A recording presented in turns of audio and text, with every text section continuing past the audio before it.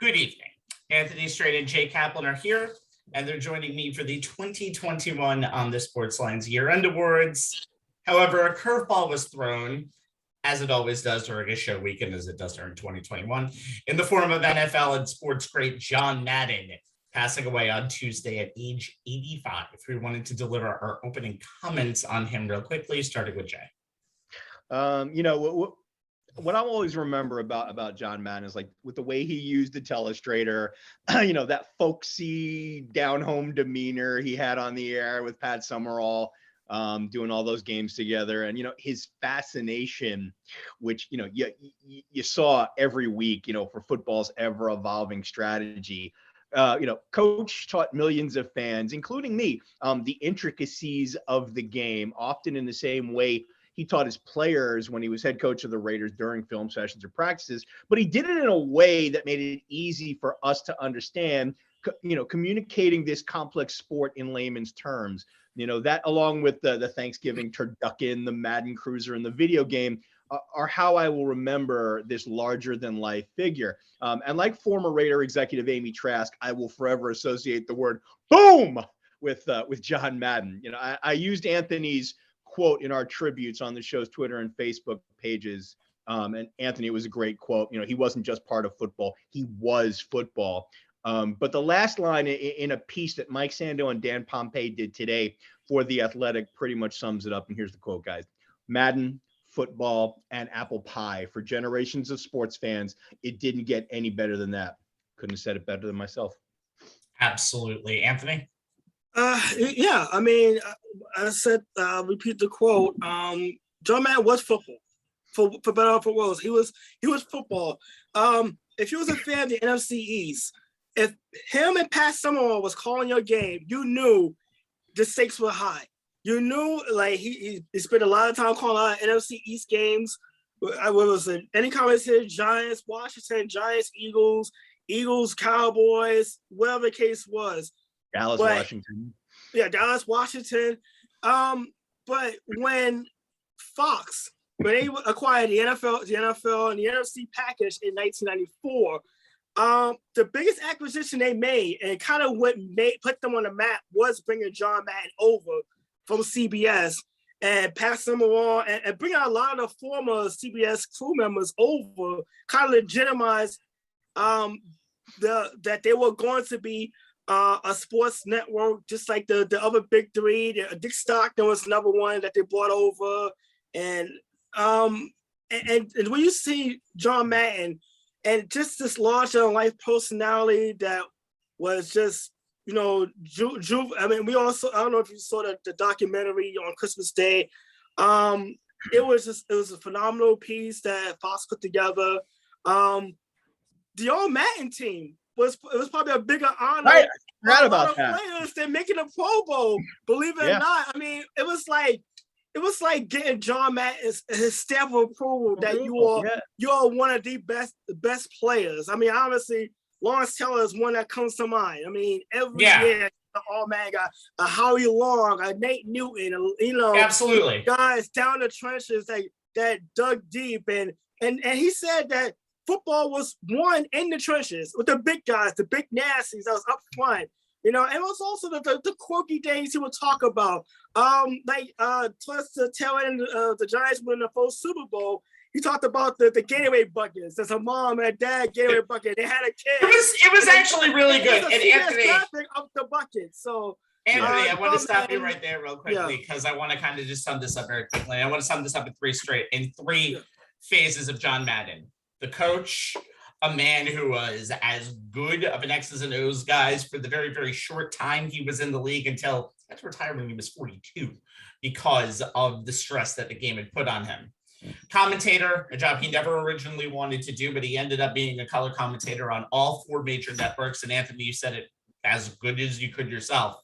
Credibility to Fox when that package came over to them. Credibility to ABC's Monday Night Football in the last 4 years, and credibility to NBC's Sunday Night Football in the first 3 years of that package. So John Madden brings that. And then, of course, the media figure. Madden NFL and all of that. I hadn't played it for years, but it's awesome. He hosted Saturday Night Live. Tenactin commercials, Coors Light commercials. Tenactin. Is a very, that you can make a case that the most important person for building football in the 21st century in this country is John Madden. And I don't think that's hyperbole. All right. You know what? Yeah.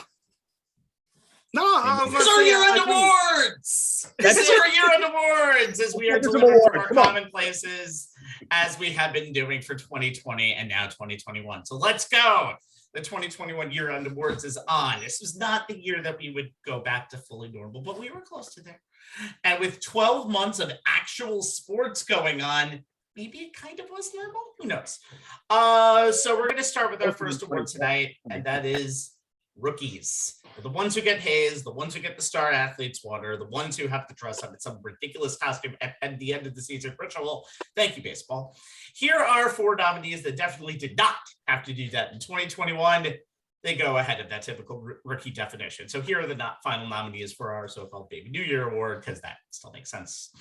King Cunningham, guard, Oklahoma State Cowboys and Detroit Pistons, made college basketball exciting amid his #1 NBA draft status for the first half of 2021.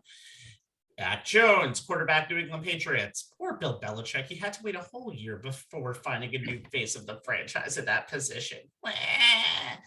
Jalen Suggs, guard, Gonzaga Bulldogs / Orlando Magic. When you star for a #1 team and make a half-court buzzer beater in the Final Four as a freshman, you're probably going to be a nominee. It's a prerequisite. And Micah Parsons, linebacker, Dallas Cowboys, puts me in awe every time I see him play on defense. And I, like most of America, hate the Dallas Cowboys. So the winner is, like he needed to be bestowed anything else, Mac Jones. And Anthony, the new face of the franchise of the Patriots, is doing pretty well. A little struggle these last 2 weeks, but Mac Jones is still the guy who's going to lead this team into the 20s. Yeah, without a question. I was at the Giants Patriots preseason finale, and I remember watching Mac Jones in the second and third quarters of that game and thinking about, so he's going to start for this team, and they have Cam Newton on the roster, because it was something about Mac Jones, just the poise and how he kept control of how he had control of that huddle that impressed me more than anything. And obviously the game against Dallas, when he led them not once but twice from behind to tie that game. Mac Jones has been incredible, and obviously he is the face of the New England Patriots moving forward. But Michael Parsons and the season he's putting on in Dallas, and I'll throw him in, even though he's technically not a rookie. Trayvon Diggs, second-year player, but what those two young players are doing in Dallas, and how that defense transformed from arguably one of the worst in league history just 12 months ago when we was doing this show, to one of the best, and now part of the reason why the Cowboys are the NFC East champions to go back to the playoffs. It's just something that has to be stated. I mean, Kate Cunningham, he was great for the Detroit Pistons. I think the future is right for him. And Jalen Suggs is doing a good job in Orlando. But obviously, what he did in college is going to be very hard to top, particularly the buzzer beater, to win a tournament game. But Mac Jones, I mean, because I look at longevity, I think he maybe had the highest ceiling of everyone here. And we had some great candidates too. I mean, a lot of these young players, I'm rooting for them. I hope they have great careers moving forward. But I would give the nod to Mac Jones just by a hair. Okay. And by the way, we're nominating Cunningham and Suggs for their college exploits as freshmen, not necessarily what they've done on the next level right now. So, Jay, is this a warranted choice?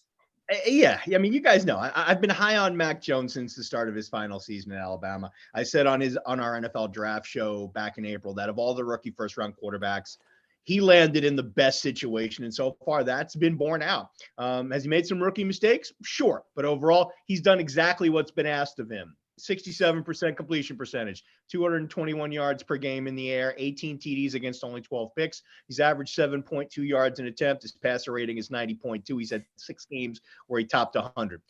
In terms of advanced stats, he's in the middle of the pack in terms of on-target percentage and bad throw percentage. but he's in top 5 in terms of least percentage of dropbacks being under pressure and least amount of times being blitzed. And his receivers have only dropped 3.1% of his passes, which is second lowest in the NFL. Yeah, he may be most remembered for throwing only 3 passes in the Patriots' 14-10 win over the Bills in Week 13, as opposed to, say, his 24 of 36, 307 yards and 2 touchdowns performance in the Pats' 54-13 Week 7 win over the Jets. But with a solid defense, it's number 1 in the NFL in points allowed at 17.3 per game and a top 10 rushing attack. He hasn't had to carry the offense every week, which is a good thing for a rookie quarterback. I mean, granted, his last outing against those same Bills was pretty damn awful, 14-32. That's a little under 44% completion, 144 yards and no scores against 2 picks, and his lowest single game passer rating this season at 31.4. But that game was as much about the Pats defense not being able to stop Josh Allen in the Bills offense as it was Mac Jones not having his A game. Look, Micah Parsons, as Anthony said, he's likely going to be the NFL Defensive Rookie of the Year. He's going to get overall Defensive Player of the Year votes. Cade Cunningham and Jalen Suggs, as Rabbi said, having decent NBA rookie seasons, but nothing like their one-and-done college season, which is really what got them on this list. But guys, Mac Jones is most deserving of our Rookie of the Year award, and I have a feeling he's going to get the NFL's as well. NFL Rookie of the Year, sure. I'm not sure. This has not been the greatest of years, I think, for rookies in this category, which is why we basically nominated 2 freshmen in this category. I hate to be the Debbie Downer of this group, but actually I love to be the Debbie Downer of this group. Yes, you do. What do you do? This group. Cade Cunningham was probably the biggest story at the beginning of the year, making an Oklahoma State team that was barely eligible and keeping them fighting and got them to a 4 seed in the NCAA tournament. And again, easily one of the most exciting players. Jalen Suggs is the unsung hero of that Gonzaga Bulldogs triad that got them almost to an undefeated season, which put him in the first since 1976. Obviously, the UCLA half-court buzzer beater. We all remember it. That's if like that Butler buzzer beater had gone in the tournament back in Indianapolis in 2010. That's what it felt like doing it 11 years later in 2021. And it was fantastic. I loved it. Great moment. Epic. And Jalen Suggs is doing pretty good now. I probably would have actually voted Parsons here. I don't know if I had the chance to, but the man does everything. I mean, and if Diggs was a rookie, that the Cowboys defense has taken what the Cowboys offense has done and basically even that team out. And you saw last week against the Washington football team, everything came together in one game. I think this Dallas team is the second or third most talented team in the NFC.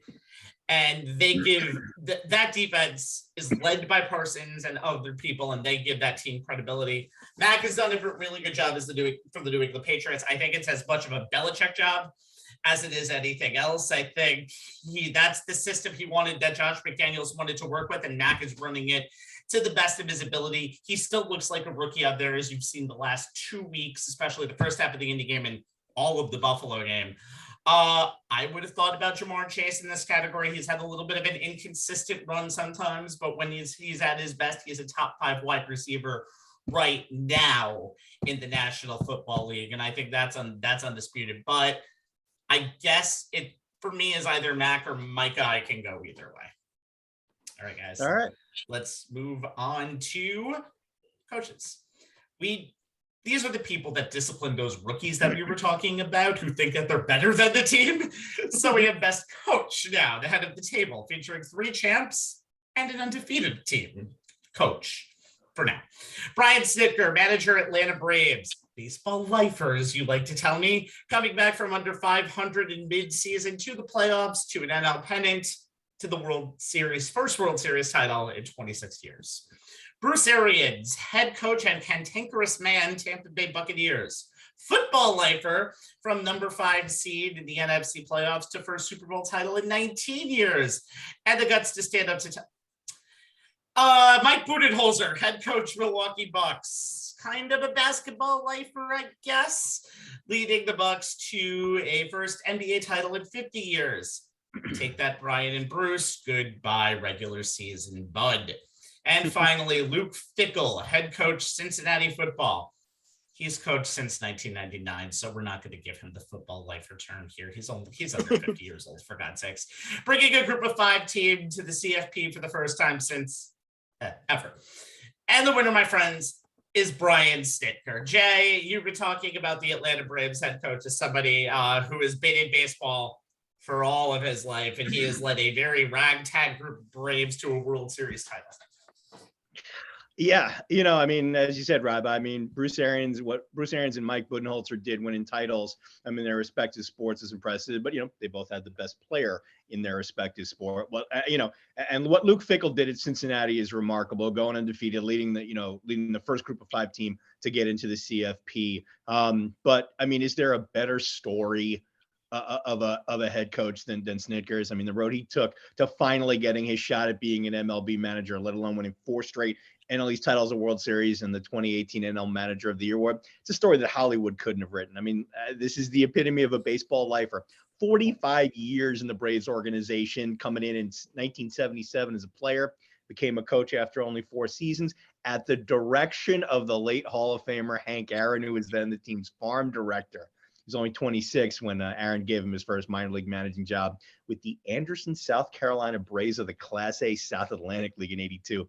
20 seasons as a minor league manager for the Braves in 10 cities. 3 times he was part of the major league coaching staff, only to be sent back to the minors. Recycled was the term Snitker used. I mean, the demotion that hurt most came after they won 96 games in 2013, and former GM Frank Wren reassigned him from major league third base coach to AAA manager. Got his big break when Freddie Gonzalez got fired after a 9-28 start in 2016. He only went 59-65 over the final 124, and then only 72-90 the following year. New GM Alex Anthopoulos saw something in him and kept him as manager, and that front office decision has been rewarded in spades. Snitker's now finally got some financial stability, being under contract through 23 with a club option for 24. Snitker said after they won the title that he wished Hank Aaron had lived long enough to see this Braves team and all it overcame to win the World Series. And here's the quote. There's a whole room full of us every spring of guys that cared about this organization. Hank would move us around. Everyone would go where he thought we could benefit the organization. He charged us with responsibility to make these guys better, and nobody wanted to let him down. It took 45 years. But, Hank Aaron's faith in that 26-year-old failed minor league player was finally proven right. Freddie Freeman had a great quote in his post-game interview with Fox after the World Series. Here's the quote. Brian Snitker is an amazing human being. It's absolutely amazing we get to call him a World Series champion now. For everything he has done for this organization, for all the people he's coached in the minor leagues to build up this organization, and now he's a world champion, manager of the year. He has every single award you can get as a manager, and that is just the coolest thing ever. Yeah, it kind of is. You think about what this Braves team was throughout the season. They lost Marcell Ozuna. They lost Marcell Ozuna. Yeah, Ozuna to incident with domestic violence. They lose Ronald Acuna Jr. halfway through the year to a major knee injury. And you think about they were below 500 at the end of July, and suddenly he kept the team together. He kept them on the right path, and they got hot. They won the division by 5. They were at one point 5.5 games up. Had the division locked up, but the playoffs, I think, was really Snitker's best managerial job. I mean, he took on a Milwaukee Brewers team that had great pitching and we got through there. And upended the defending champions, the Dodgers, in 6 games. And when you watch that World Series, you never really felt like the Astros was threatening to win that series. For me, it felt like Atlanta, even when the series was tied 1-1 at some point, it felt like the Atlanta Braves was in control of that series, regardless of who was up as far as games. And you saw in that game 6, it felt like just a combination of everything that's happened throughout the year. And you talked about it, Jay. I mean, 45 years in the organization. He was on that 95 team that won the World Series. He went through the 90s when they won all the consecutive division titles and the emotions along the way, and just see him finally, like, it's almost like longevity finally rewarded. It's a great story. It's something that even I don't think even Hollywood could have could have ever put together when you think about what this Atlanta Braves team was back on July 31st and basically in third place and looking at not making the playoffs to hosting the trophy in late October. Yeah. I want to kind of get into this more because I do think sometimes this award, I think Manager of the Year award usually is voted on by us. We have 3 champions in this category. So I'm going to get to Atlanta in a second. I want to talk about everybody else. Let's actually talk about Fickell first. I think Fickell is such a good nominee. I think with the work he did as the interim head coach the year Urban Meyer got suspended at Ohio State from finding his big break here in Cincinnati. I think Luke Fickell has just built a foundation. And although Cincinnati will be going into the Big 12 in 2 years, he knows that he has a school that is his. And in less than 24 hours, they're taking the field in the CFP for the very first time. They're going to face the Alabama Crimson Tide. It's almost a watershed moment for all small schools in college football. So I'm very interested to see, because what Luke Fickell is about to do is kind of unprecedented in college football history. So you got to give him a lot of credit for the stuff that he has done in 100%. This position over these last few years. So I'm not a big fan of the Arians nomination. I'm going to honestly admit I think Arians is a good guider of the ship into leading its destination. But I think that with the amount he's always been disagreeing with Tom Brady, because Bruce Arians is a control freak. Let's be completely honest. Bruce Arians needs control, and he kind of sieged it to Tom Brady because Tom Brady. Hey, give him credit for that. For this team. No, I can give him credit for that as much as you want, but Tom Brady is I'll give credit to him for leading this team to where he did. And I'll give credit to Todd Bowles just as much as Bruce Arians for how that defense really did the job when Brady wasn't always at his best. I mean, he's one of the greatest postseason, but I think the defense is the reason why that 31-9 game of the Super Bowl was exactly where it was. They saw Byron Leftwich doesn't get enough credit for what he's brought to that team. Yeah, absolutely. I think the offense that he's invented now that he has the people to listen to him helps out a tremendous amount. So I'm going to go back to Sticker before I go to who I think should have won, which is Budenholzer out of these 4. You got to give credit to what Alex Anthopoulos did at the trade deadline. And basically, that's the reason, I think, the main reason. I think, obviously, Sticker has been a guy who has led this Braves team back to respectability. Because remember, this was a consistent postseason team that kind of fell off a little bit. That's why they fired Freddie Gonzalez. And now you have Jorge Soler coming to this team, Eddie Rosario, which I believe was a salary dump from Cleveland, Adam Duvall, and Jock Peterson. And now what you have is a team that pretty much overtook everybody in the NL, was one of the NL's best teams, and proved one of the saying of the playoffs. It's not how you start, it's how you finish. And Atlanta really saved everything for those last 2 months of the year. And I think with the team that they had now worked. First team to ever win a World Series with a completely different starting outfield than they started the season with. And I believe the first team to win a World Series with a losing record in July.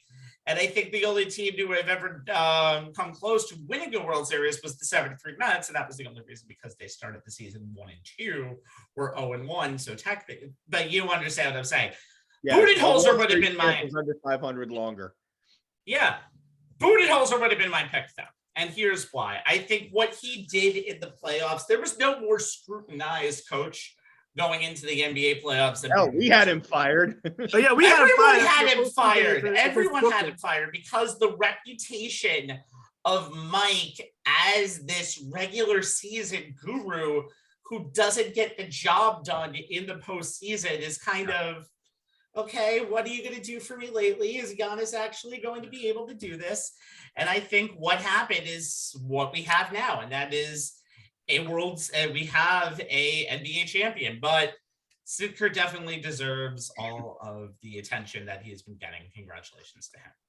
All right, guys, we welcome in a man who is a father of two, who is a lawyer, who is a Big Ten and Auburn fan, and is a guy who I probably spent the majority of my Saturdays talking college football about nonstop as he mourns the loss of his beloved Bo Nix to Oregon. Ladies and gentlemen, I welcome Sean Rowan to the show. Good evening, Sean. Happy New Year. Happy New Year, Sean. Good to see you, Happy buddy. New Year. Happy New Year. Good to right, see guys. everybody. By the way, thank you for making your audio better than the rest of us. I hate you right now, but I'm going to move on as we. Yeah, you sound like you're in an talk. echo chamber. I always sound like I'm in an echo chamber. It's like my den that's pretty much at the corner of the house. This is where Randy banishes me when we do the show. Thanks for dressing up. You're welcome. I could have put on this sweater, but there's a reason, and we'll get to that later on. Okay, so tonight we will award, like, they get my PD sweatshirt is a decent dress up. It's sporting the boys in blue. All right. You've had better sweatshirts, Rabbi. Oh, I've had many better sweatshirts, but this is on my top 5.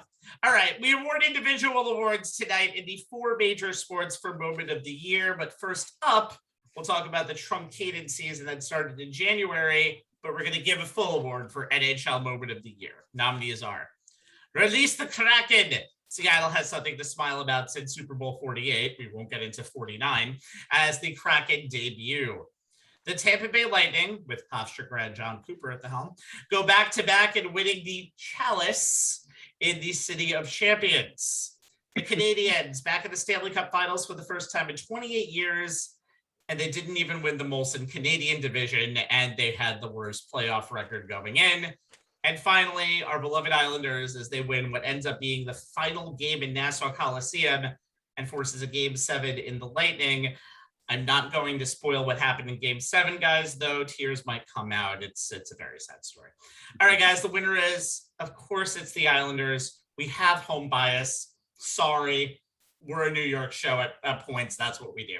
Sean, what a great moment it was this year to see the Islanders make their run. And this is where, unfortunately, it didn't culminate in the Stanley Cup, but this is where it culminated in that Game 6. It was a very special moment. And if you think about, one of the last great sports arenas that just had a heart and soul, it was the Nassau County Memorial Coliseum.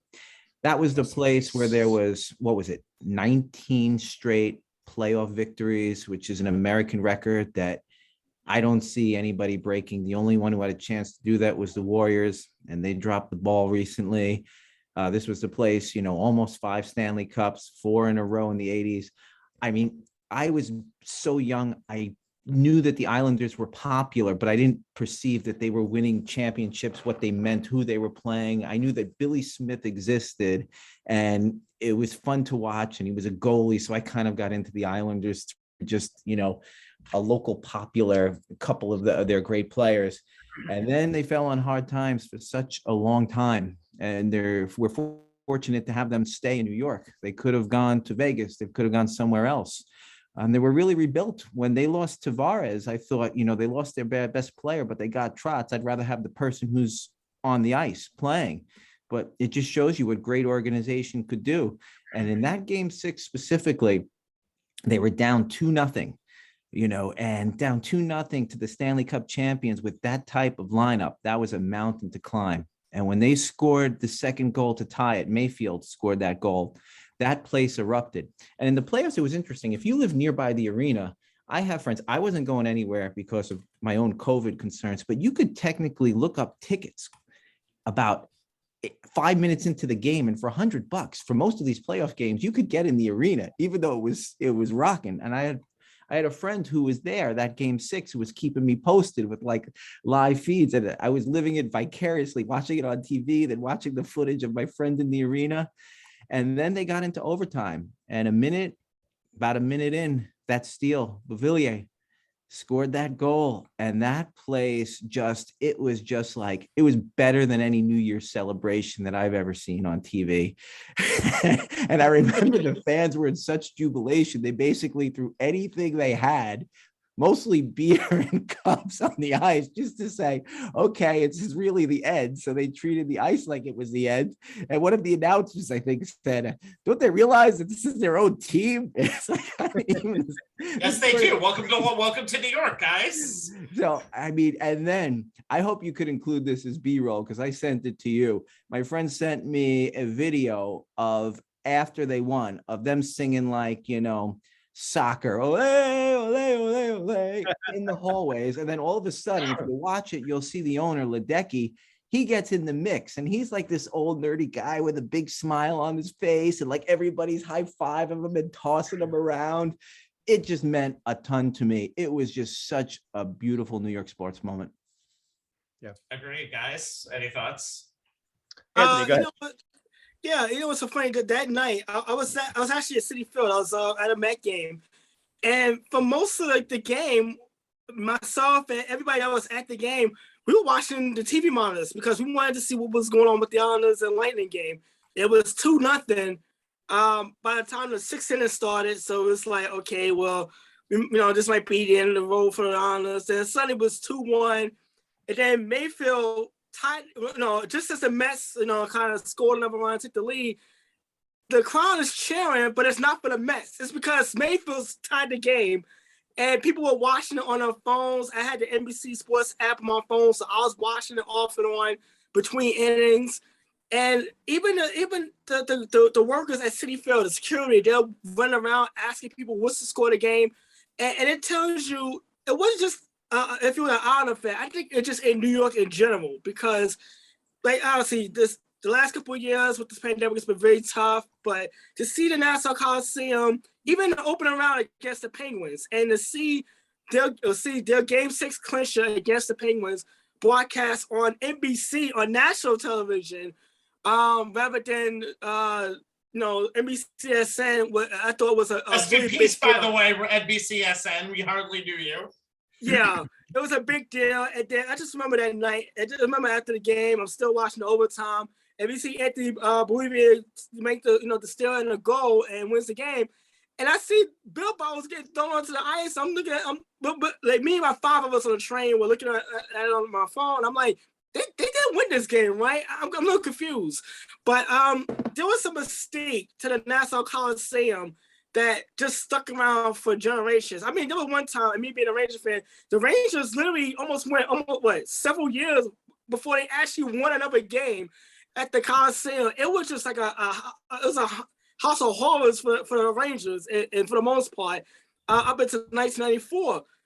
And then you think about it, yeah, the Islanders feeling a hard time. She had the issues with management, the failed lighthouse project that was supposed to have went on in Nassau County.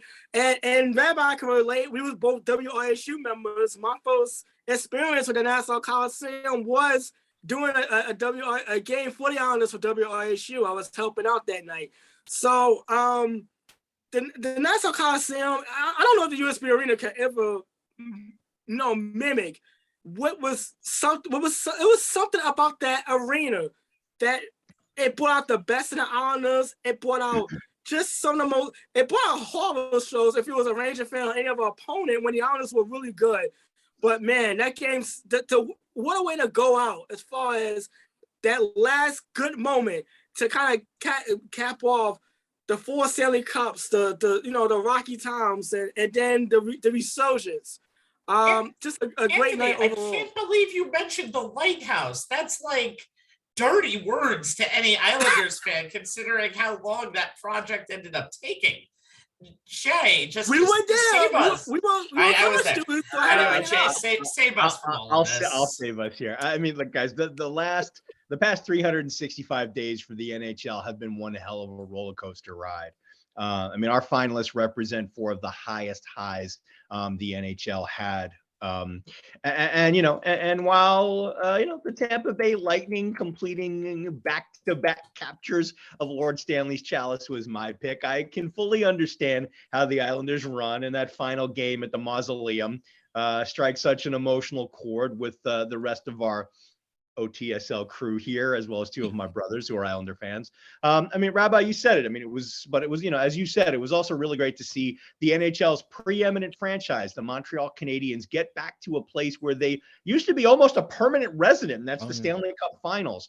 You know, it was also nice to see Seattle unleash the Kraken. I don't think we'll ever get tired of hearing that phrase. But, you know, to get back to the Islanders, to see them ring out their time at the Nassau Memorial Coliseum with a second consecutive terrific run to the Eastern Conference Finals, where they lost to the aforementioned back-to-back Stanley Cup champion Tampa Bay Lightning, this time taking them to a seventh game.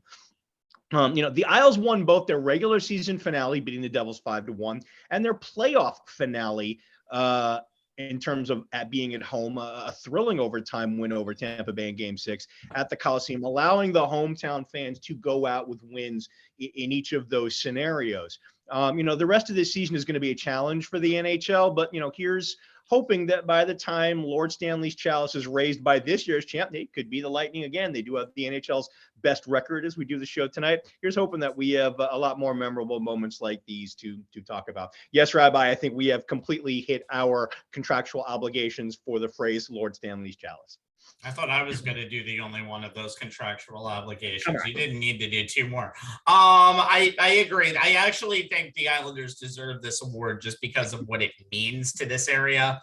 And I think they're honestly the most consistent sports franchise right now of the four major sports in this area. The season that they're having right now is all because they started 13 games on the road and had a huge COVID scare right after they came back. I think best management of any team in this area right now, and the most consistent run of any team this area right now. They mean if they don't make the playoffs next year, so what?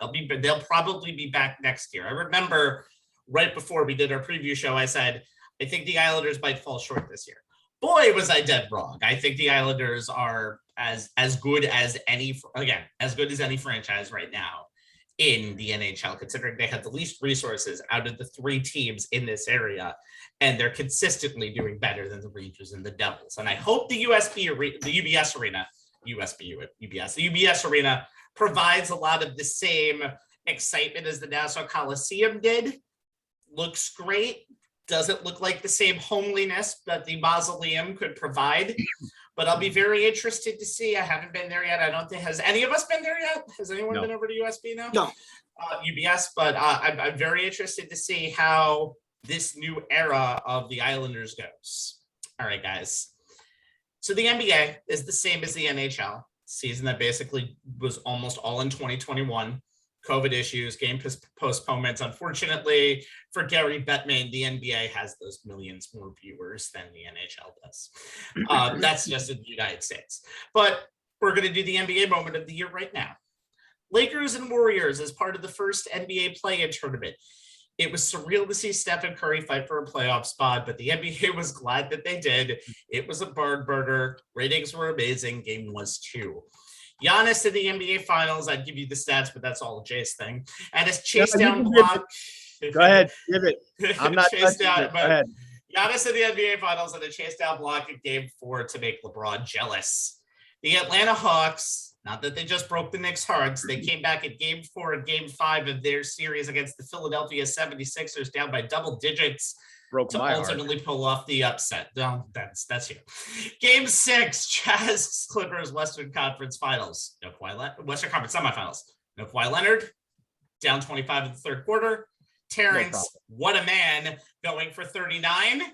No, Rabbi, come on. If you're going to do it, evoke the Mark Jackson. Terrence, there goes that man. Come on. No, I was just saying, no, I'm doing it the way I want to do it, because Mike Breen actually said, oh, what a man, immediately after he hit a 3. That's why I call it. So all of that. Fair Did enough. you think the Clippers making their first conference finals ever would be normal? And sorry, NBA purists, the winner of this is the play-in game of the Lakers and Warriors. Anthony, what we saw in that game almost is like an NBA Finals game for me. LeBron and Steph at their physical peak in that game. You think about how that game started out, and obviously I gotta make a mention, and it didn't make the finals, but DeAndre Ayton's tip-in against the Clippers in Game 2 of the Western Conference Finals is one of those moments that I still, if it's enough to make Stephen A. Smith and Mike Wilbon speechless, it definitely should be high on the list. But that's besides the point. Yeah, but that playing game, the Lakers did not start out that game well. They were down by double digits in the first quarter. It looked like it was going to be a combination of the Lakers' regular season as far as they were getting LeBron and Anthony Davis back from injuries. They have fallen kinds of playing game from being one of the top 3 teams for most of the season because of the injuries.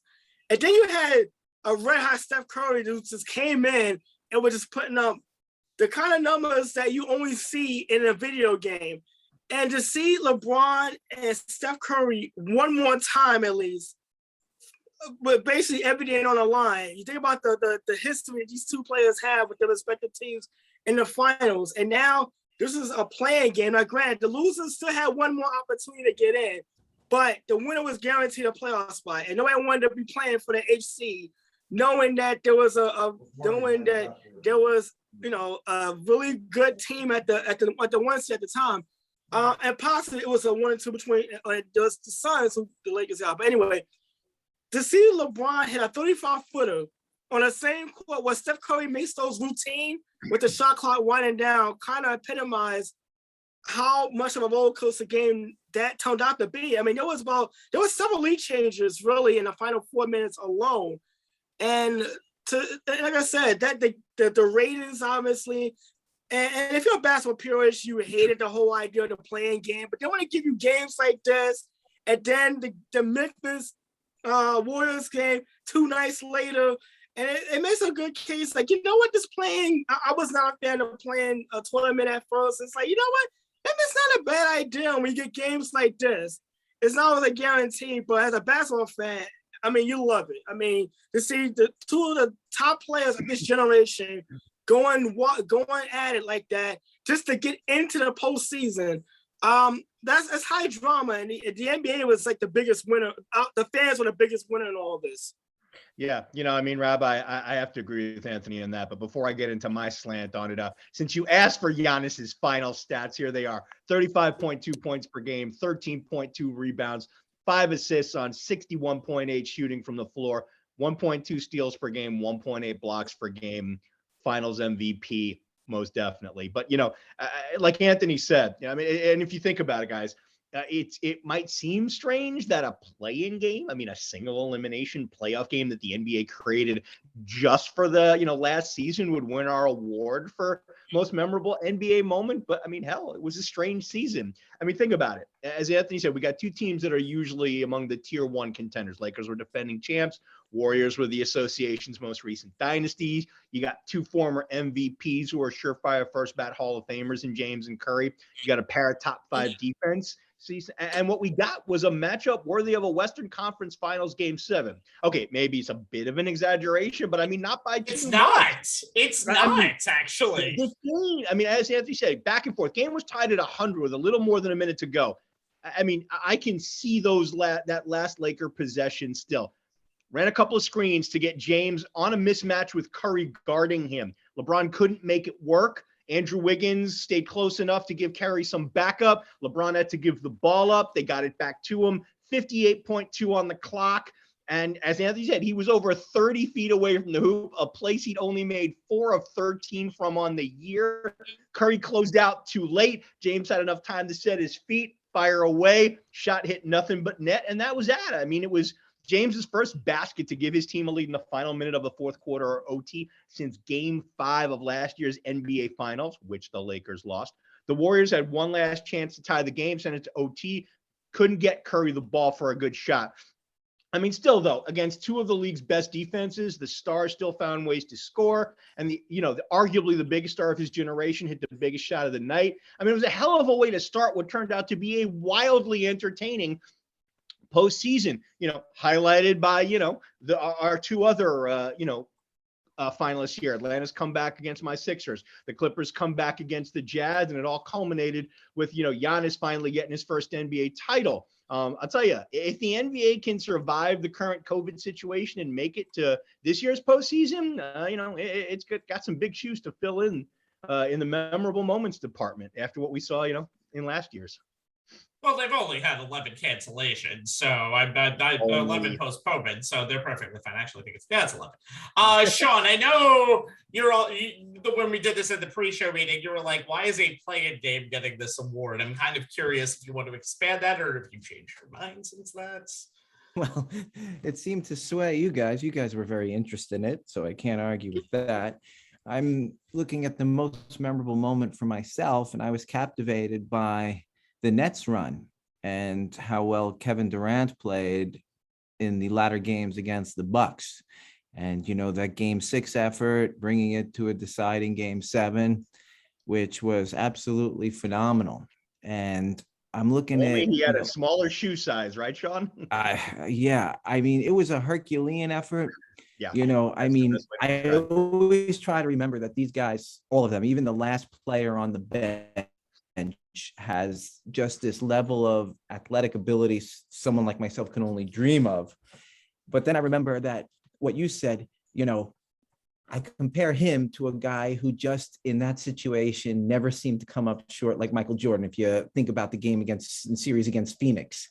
And even how great Durant is, if that was a shot for 3, they would have won that game. And then in overtime, and listen, in sports with kids, middle school adults, you're trying your best. And there's no doubt Durant gave his absolute all, but he petered out and ended the game with an air ball. Yes, it was like, I was deflated watching that game because he rose me to such heights, in the last few seconds of the regular series. And then in the first overtime game 7 in the NBA, I think in about 15 years, he just lost it. The air came out of the tire, and that was it. It was still memorable. It was still highly competitive in all sports. Someone's got to win, someone's got to lose. They're all doing the best. At the end of the day, you have to shake your opponent's hand, look them in the eye, and say good game. Yeah, I applaud Kevin Durant for the effort. I appreciate it. But I got to say, when I compare him to someone like who is truly the greatest of all time, like Jordan, who just, I don't know how he did it. He was touched by, magic or the almighty. I was content watching Mere Mortals this year. He put a little bit of money on some things with God, and God is supposed to give him some powers. I think Lakers Warriors is a good nominee. I actually wouldn't think it was good. I don't think it should have won. I thought it was excellent, and I think it's the reason why the play-in tournament is back this year in the same form as it was last year, after a lot of people are saying why, including players, including LeBron, saying, why is this a thing? And then all of a sudden we see this. It's not a 1-game elimination, but it's as close to do or die. And we see probably the most exciting 2.5 hours of basketball outside of that Nets game 7, outside of the NBA Finals. I think when we look at the other 2 nominees, except Giannis, we look at it, I think, more for the comebacks. We look at it from what the Atlanta Hawks did. A good bunch of guys who kind of lost their way during the season, brought in Nate McMillan, and really had Trae Young just take over that team and become a top flight point guard. Hasn't really translated to too much this year, but the way he became just a villain in Philadelphia and New York's hearts and breaking both of their teams' runs, he really became the next Reggie Miller in terms of personality. And he probably became just somebody who is just different on the court. And I think seeing that was very exciting. Seeing a Clippers team that was without Kawhi Leonard and seeing Paul George and really, I wouldn't say a misfit group of players, but a ragtag group of players, and the best coach, one of the best 5 coaches in the league right now, in Tyronn Lue, come up with the perfect game plan, getting the shots from the outside, basically rendering Rudy Gobert useless by bringing him up all the time in that game. And the comeback that they had was just outstanding. However, what Giannis did in the NBA Finals is amazing. What Giannis did after coming back from the injury that he had in game 4 of the Eastern Conference Finals. Remember, he didn't play from game 3 on until that game 1. And we thought, how is this Giannis going to be the same? He was better than that. He really took advantage of that team during that series, and he rendered DeAndre Ayton and the rest of the Philadelphia's fives, who were universally praised in their postseason after what they did against Anthony Davis and what they did against Nikola Jokic, and they basically made mincemeat out of Ayton. And again, you can even take it back to Game 7 of that Nets series where Giannis outdueled Durant in the end. You can take it back to the chase down block in Game 4 in that final minute, which was a swing game in that series. Giannis changed his reputation from that guy you can put two people on because he can't make a clutch shot to everything is dangerous with him. Just make sure he doesn't take too many threes. I think this is a Giannis choice all the way for me. I think what he did defines maybe the NBA in the future and definitely defines the city of Milwaukee for a generation. Is that way too much hyperbole? I think it is. And what defines Giannis is discovering dipping oils in milk. That's what defines Giannis in a nutshell. What defines Giannis is what Anthony loves about him and following his social media. He's probably the best social media follower. Oh, yeah, definitely. Follower around. All right, let's move on to more NBA, sort of. The NBA is one of the true guilty parties of this in 2021, says Judge Rabinowitz.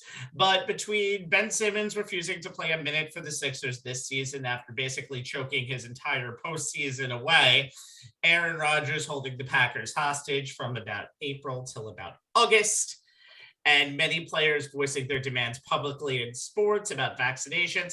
Hi, Kyrie. How you doing? The key 2021 phrase... the key 2021 phrase was player empowerment. But has this gone too far? What are we doing with this? What is the meaning of this? Jay, Ben Simmons is obviously the first name that came to our minds when talking about this. You have the floor. All right. The question is, has the movement gone too far? The simple answer is yes. And, as Rabbi alluded to, the proof is what's happening in Philadelphia with the Sixers and Ben Simmons.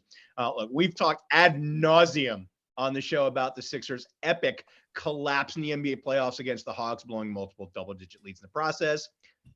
See what I did there? The process. Due in large part to Simmons going MIA on offense, seemingly terrified to do anything aggressive for fear of being fouled because he couldn't hit a free throw. 5 fourth quarters, didn't attempt a field goal, which culminated in the pass where Simmons passed on a dunk to kick the ball out to a teammate. Look, that play is going to live in Philly sports infamy.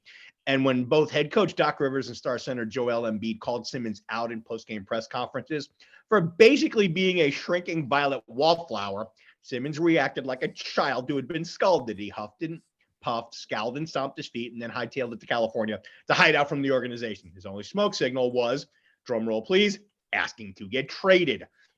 Now, while you can say that Rivers and Embiid shouldn't have aired their displeasure with Simmons in action so publicly, but you can somewhat forgive them for losing their restraint in the heat of the moment. However, at no point did Simmons take ownership of his failures. Instead, he did what too many in my opinion, NBA players at that level do. He looked for a way to get out of his current situation instead of manning up and working through things with the organization.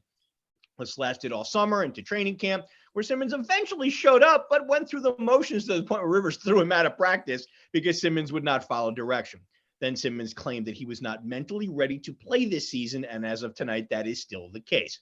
He is supposedly working on his mental health with outside professionals, but no one from his camp seems to be keeping the Sixers updated on his progress. Not his agent, not the mental health professionals, no one. And when he gets fined by the Sixers for missing practices, games, etc., his agent claims that the team is negatively affecting Ben's progress to work through his mental health issues. Is it possible that the events in the aftermath of last season have had a deleterious effect on Simmons' mental health? Sure. It's entirely possible that he has the yips and his confidence is shot. And I'm not going to accuse anyone of faking or exaggerating such a thing or using it as a tactic to get himself out of a situation he no longer likes, not when we've worked so hard to remove the stigma of mental illness and mental health issues, not only from sports, but society at large. That being said, the dark side of my nature that comes out in the form of a pissed off longtime Sixers fan has moments where he believes that Ben is going to drag this out to the point that he doesn't set foot on the floor at all this year, at least not as long as he's still on the Sixers roster. And for all my fellow pissed off Sixers fans who are fed up with Ben's behavior and just want him gone, well, Daryl Morey doesn't have to give in to a player who wants out of his situation. Simmons is under contract for another 4 seasons and $147 million. So Morey can take his time, but for someone who clearly wants out of Philly, not playing or even practicing with the team isn't helping things, Benjamin. If Ben Simmons is purposely being passive-aggressive with his actions or inactions in an attempt to get out of Philly, then he's just the latest in the long line of NBA stars who have gone too far in the attempt to control where they play, who they'll play with, and who they'll play for. Iman Shumpert was correct when he said recently on a podcast that LeBron broke basketball, because all of this started with the decision and LeBron telling Jim Gray in a nationally televised audience that he was taking his talents to South Beach. And Rabbi, may that be the last rant I do on Ben Simmons, at least until he's finally traded. Well, he's not going to be traded because they can't get enough for him, and nobody I said wants finally. him. I'm not saying it's happening this season. Finally might be 2023 in this case. But by the way, I guess your pissed off Sixer fan came out when you just called him Benjamin. Did that finally like tip the scales a little bit? Anthony, go whatever way you want with him, but he did Jay did make a good point at the end of his rant, the one that when he quoted him on Shumpert. This is the LeBron era kind of getting into the rest of society. It's not just basketball, by the way, but basketball is a key part of it.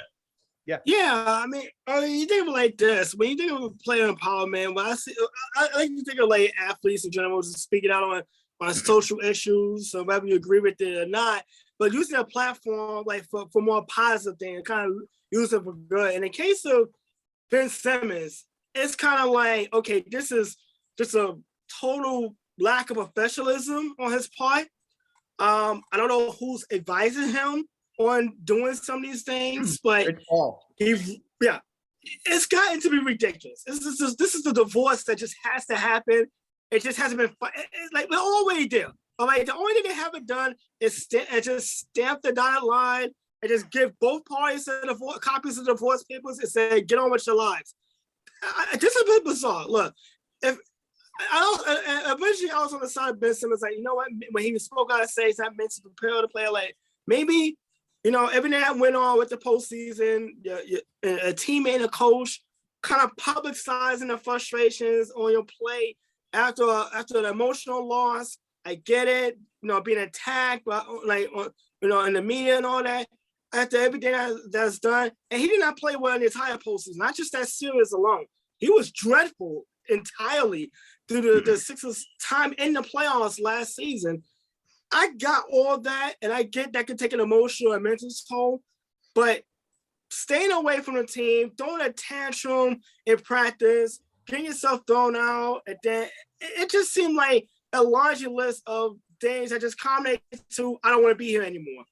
And there's a professional way to handle things like that. There's a certain level of professionalism you owe to yourself, you owe to your teammates, who for better or for worse, they have your back when the complaints about not taking enough threes and not developing your game and whatever the case may be the last few years.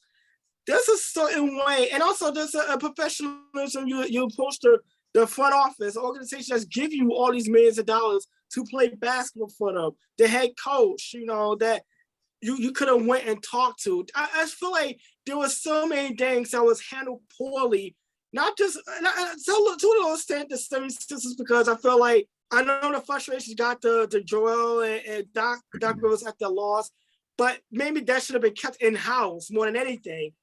But I think Ben Simmons is definitely in the wrong, and the player, when the players are using their empowerment for things like this, then yeah, you can make the argument that it's definitely gotten too far.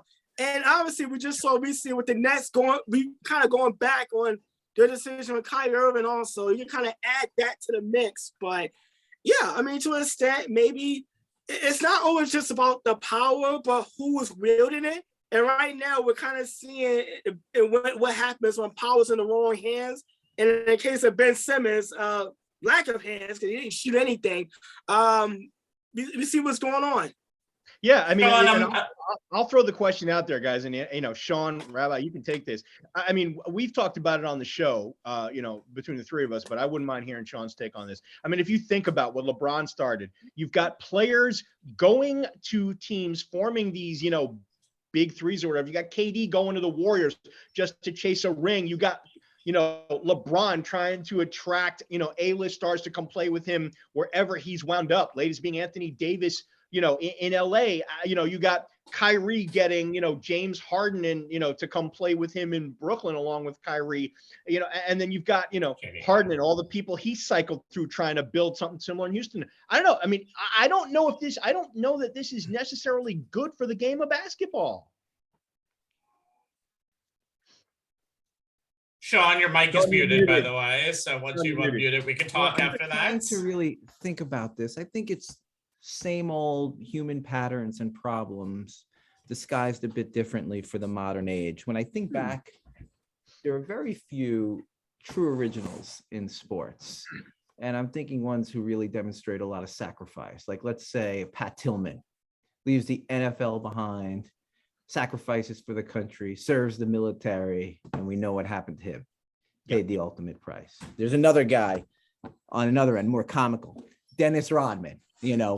He would not follow whatever anybody told him to do as far as media experts. They would ask him a question. He would give his answer no matter what the consequences were. And it was comical. He really thought for himself. I think about Kyrie Irving, how you guys were bringing up. I don't consider this empowerment. I consider him just being motivated by selfish interest, just like Simmons, in the extent Kyrie Irving was never, he didn't have enough bravery, integrity, stupidity, however you want to characterize it, to say, okay, this is what the city law is. I understand that. I don't want to do it. So, to work with the team, I'll forfeit my pay under the contract. He's like, no, I'm going to take my pay, and this is still what I'm doing because I have the protection of the union. He's just doing his own thing for his own reasons. Another guy with Simmons, it's not empowerment when you're demanding a trade when it affects other players who you don't know who they are, who might not want to play for the 76ers, who might have families that they'd have to uproot if Ben Simmons gets his way. So it's not, to me, player empowerment. It's just the same old player selfishness that is on display in those specific cases. Yeah, let me close the door on Ben Simmons real quick, because I want to get to everybody else that we mentioned in this thing, because I think everything needs to be taken a little bit separately. Ben, I don't care. If you ever, why requesting a trade after the performance that you had in the media and everything else, that's the ultimate definition of selfishness right there. That immediately kills your point altogether, because you need to improve your trade value. People don't understand. The hardest thing is to be a GM, because when a player openly tanks themselves and loses their trade value and then says, I want to be traded, that's not helping your job. That's not helping the general manager's job. That's not helping the coach's job. That's the problem that I have with all of this Simmons stuff. Kyrie, again, selfish reasons, and he's almost attracting attention to himself. It's not just a player empowerment idea.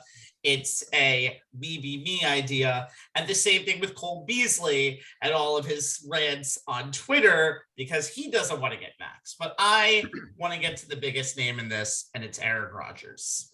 What Aaron Rodgers has done this year has been the embodiment of player empowerment. When you go back to April, releasing a statement with the NFL's PR person, Adam Schefter, basically saying, I want out of Green Bay, and then basically hold everyone hostage for the next 3 months. This is after you decided to start to host Jeopardy, and you did a fine job for that. Out of a professional host, it's like a 7 out of 10. But with everything that you did, now you all of a sudden are like, do I retire? Do I want to go to Denver? Do I want to host Jeopardy full time? I don't know. And then you come back, heroes welcome. Green Bay loves you. Green Bay will never hate you. You've won a Super Bowl there, and Green Bay are the most passive-aggressive people out there. Season goes on. Then all of a sudden you find out that you're taking the full 10 days for COVID, and we find out that you're not vaccinated. And then you said you were immunized. And okay. That's fine. Don't answer the question if you don't want to answer it. It's not a right for us to know your vaccination status. You can volunteer it if you want, but it's not a right for us to know because we're fans. You're doing a job. I don't go to anybody else's job in a lawyer spot saying, why are you in this office right now? Show me your vax card. That doesn't happen, and the same works for the NFL. And then comes all of the Pat McAfee show stuff, talking about all of this stuff. Here's the thing. When you're an athlete, you should have a walking PR person next to you at all times saying, don't tweet that. You've had 5 drinks. You don't need to drive that car right now. Don't actually say that on Twitter. Just do that, because the new Aaron Rodgers, so to speak, kind of like the new Daniel Bryan, Anthony, that's kind of what this Aaron Rodgers heel turn has reminded me of this year, is someone who speaks to what player empowerment can get when it gets almost out of control. And then it doesn't really help that the team has lost 3 games this year. And one of the games that they have is with Jordan Love, who looked as much like a rookie, and he's been in the league for 2-3 years, than anybody else. Aaron Rodgers must have said that and said, what can I do next to piss off people more? And it just shows, if you have the talent, guess what? Player empowerment is going to be here for a long, long time to come. Yeah, just the toe alone could have won this.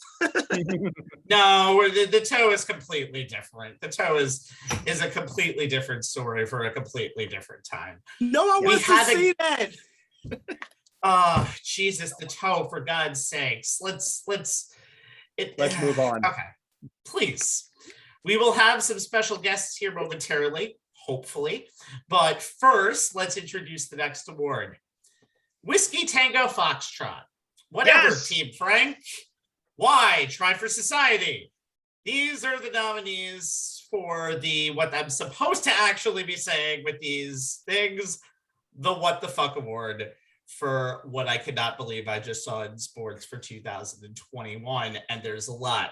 But before I announce that, please welcome to the show 2 members who are what we call the founding partners of On the Sports Lines. Back when we were in this thing called the studio, hey. Pedro, Steve, and Jay know each other for as long as me and Anthony have been in college. Live from Manhattan. It is Steve Ferguson and Pedro Hazel Jr. Good evening, guys. How are you? Good to see you guys. Welcome. We're all right. You have joined us just at the moment as we are going through our What the Fuck nominees of 2021. So the nominees are, for the listening viewers at home, Amanda Nunes, the female MMA GOAT, losing to Juliana Pena at UFC 269 for the bantamweight title.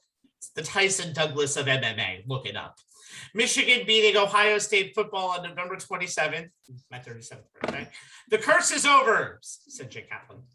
Speaking of Ohio State, the entire 13-game tenure of Urban Meyer with the Jacksonville Jaguars.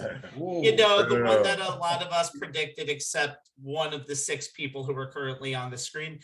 And we all thought that guy would have made it in the pros, and we were right.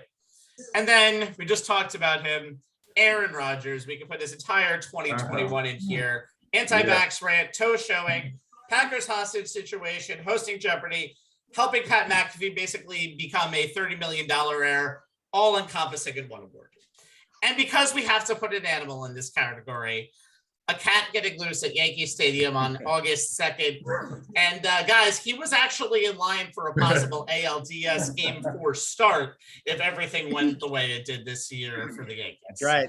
And the winner is, and I'm going to let Sean get the first word here because of this. It's Urban Meyer's tenure with the Jaguars. Yeah. Come on, Sean. I agree. Come on, Sean. Rest your case to me, please. What was the phrase from Casablanca?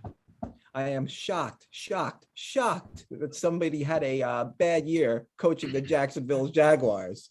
To me, it's like, this is a team where it was more shocking, so to speak, when Tom Coughlin was a new coach and took them to the AFC Championship game, because the expectations were nowhere. Here, Jacksonville, we all knew they were going to be bad. And I think it was more a product of a lot of people wanting and happy to see Urban Meyer lose. For whatever reason, Urban Urban Meyer runs the media the wrong way. A lot of fans too.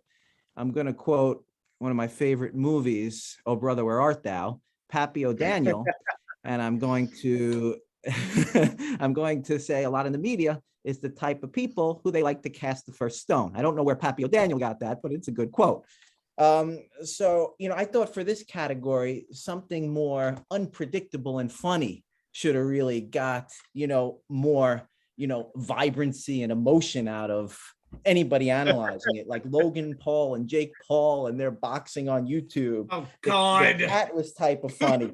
And the big thing is, the big thing about Meyer's tenure is I look at a guy who's actually coached for a living, who's coached successfully in college and won a championship, and then went to the NFL and won 2 championships. I look to someone like Jimmy Johnson, and I think his opinion is worth a lot more than the ton of fans who hate Urban Meyer and also ton of people in the media who dislike Meyer and saying, listen, they were supposed to be bad. It's not a big surprise. It's surprising that Urban Meyer got a 5-year contract and 13 games and, he's going to be paid God knows what.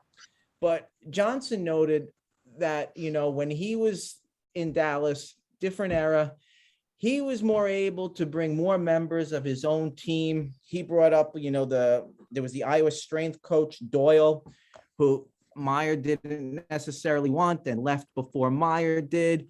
And so there were issues inter-office that not all of us necessarily have a good view towards. And we could see bits and pieces and characterize what happened. And there's no doubt it was a bad run, but I just don't think it was that unexpected.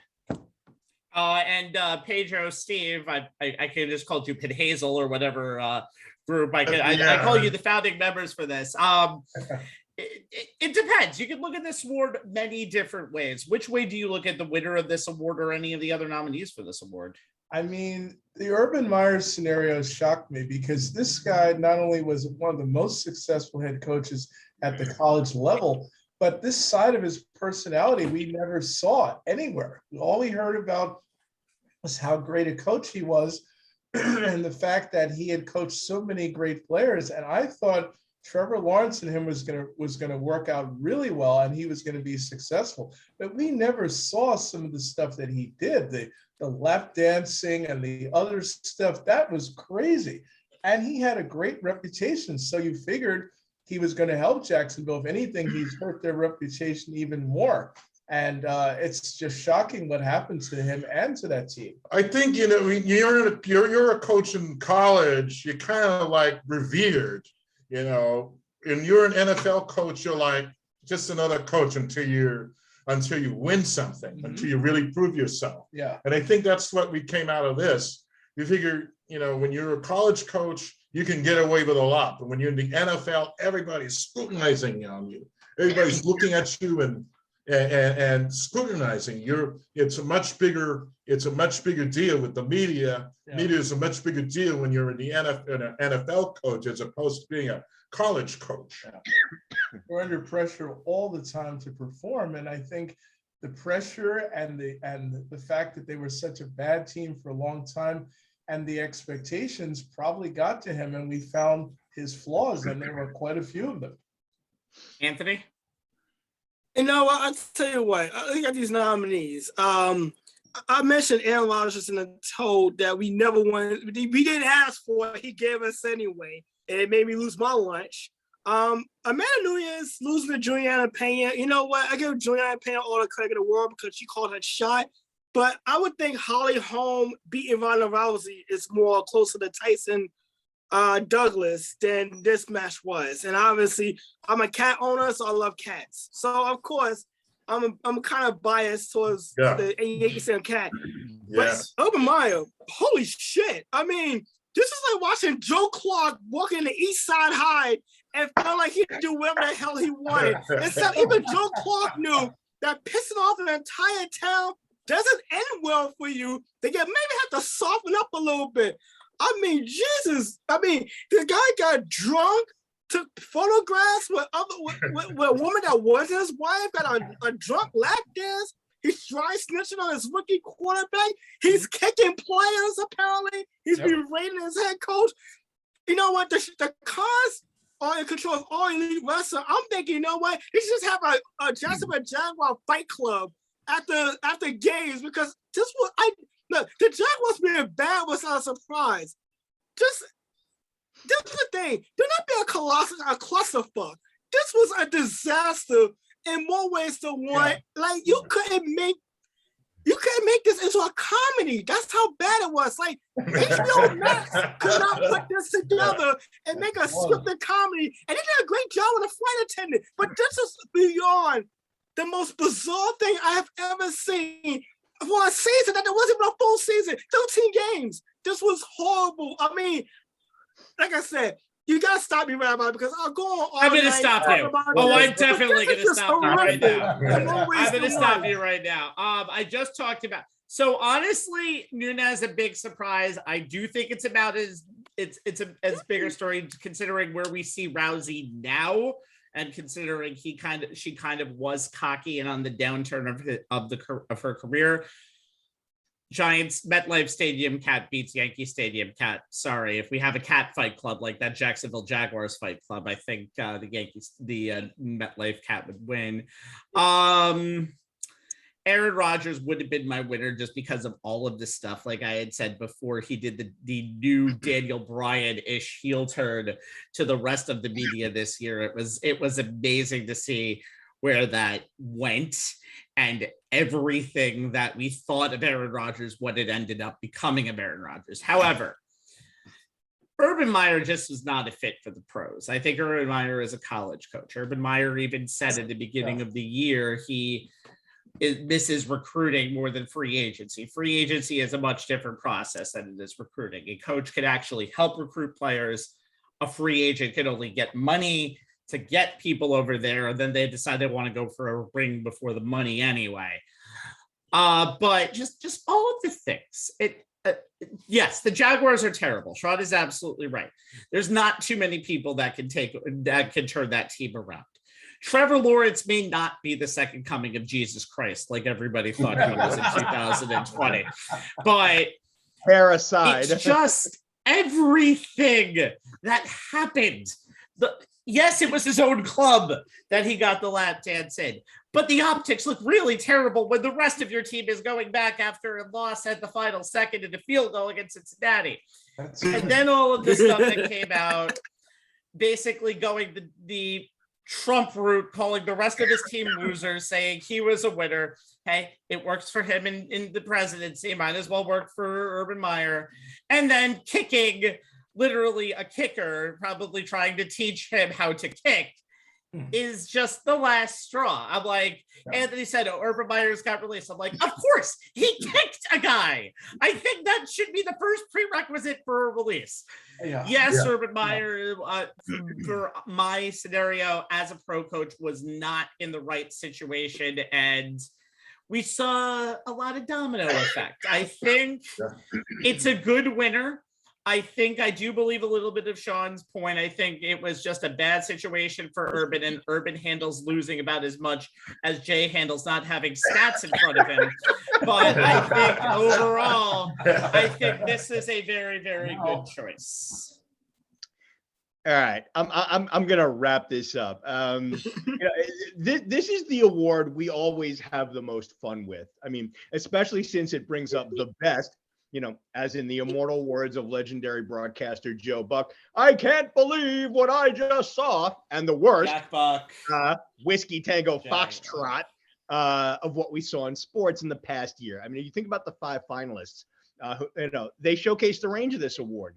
You got upsets like Pena beating Nunes in UFC 269.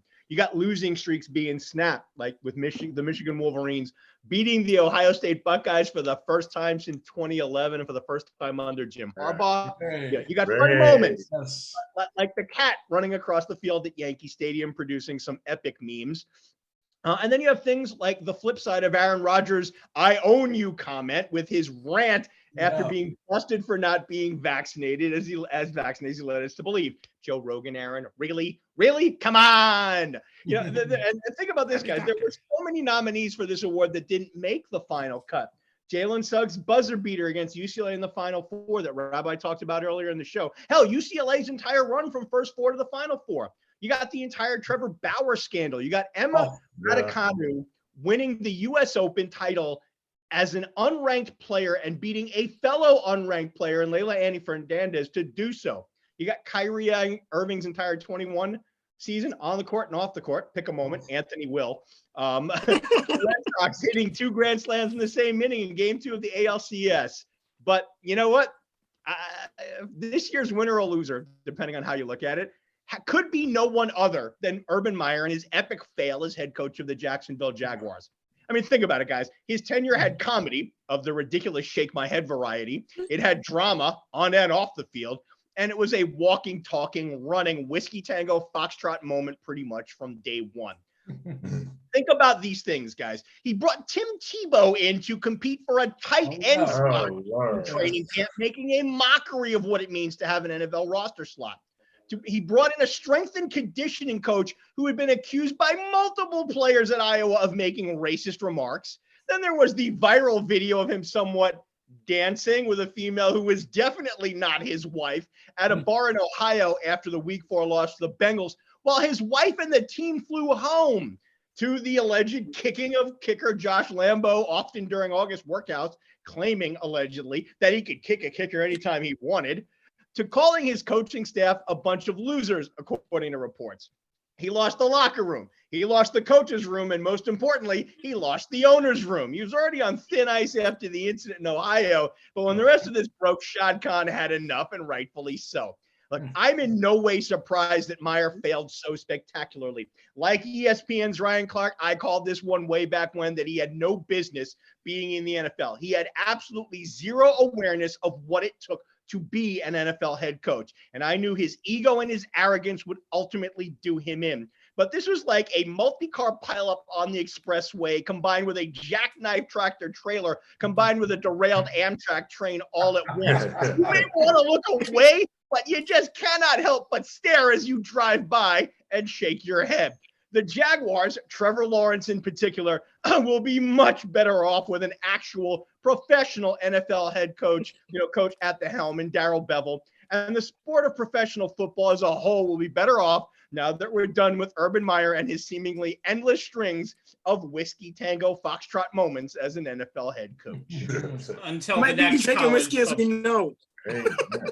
Probably at his own bar where he's probably getting grinded on by some woman, allegedly. Let's move on. Wow. Oh, God, this is a bad transition because we're going to Mrs. Claus. Mrs. Claus is waiting for another 360 days to be relevant. Sorry, Mrs. Claus, you're out of the vernacular for now. But these nominees for Best Female Athlete, and if you think I rigged this, I have a rant coming, are known 365 days a year. Here are the nominees. Paige Becker's Uconn women's basketball. Here are her 2021 stats. 20 points, almost 5 rebounds, almost 6 assists for the Wooden Award for Best Women's College Player. Oh yeah, she's a freshman for a little known and up and coming women's basketball school named Uconn. Allison Felix, 1 gold, 1 bronze in the Tokyo Olympics. This track and field legend is the most dedicated, decorated track athlete ever.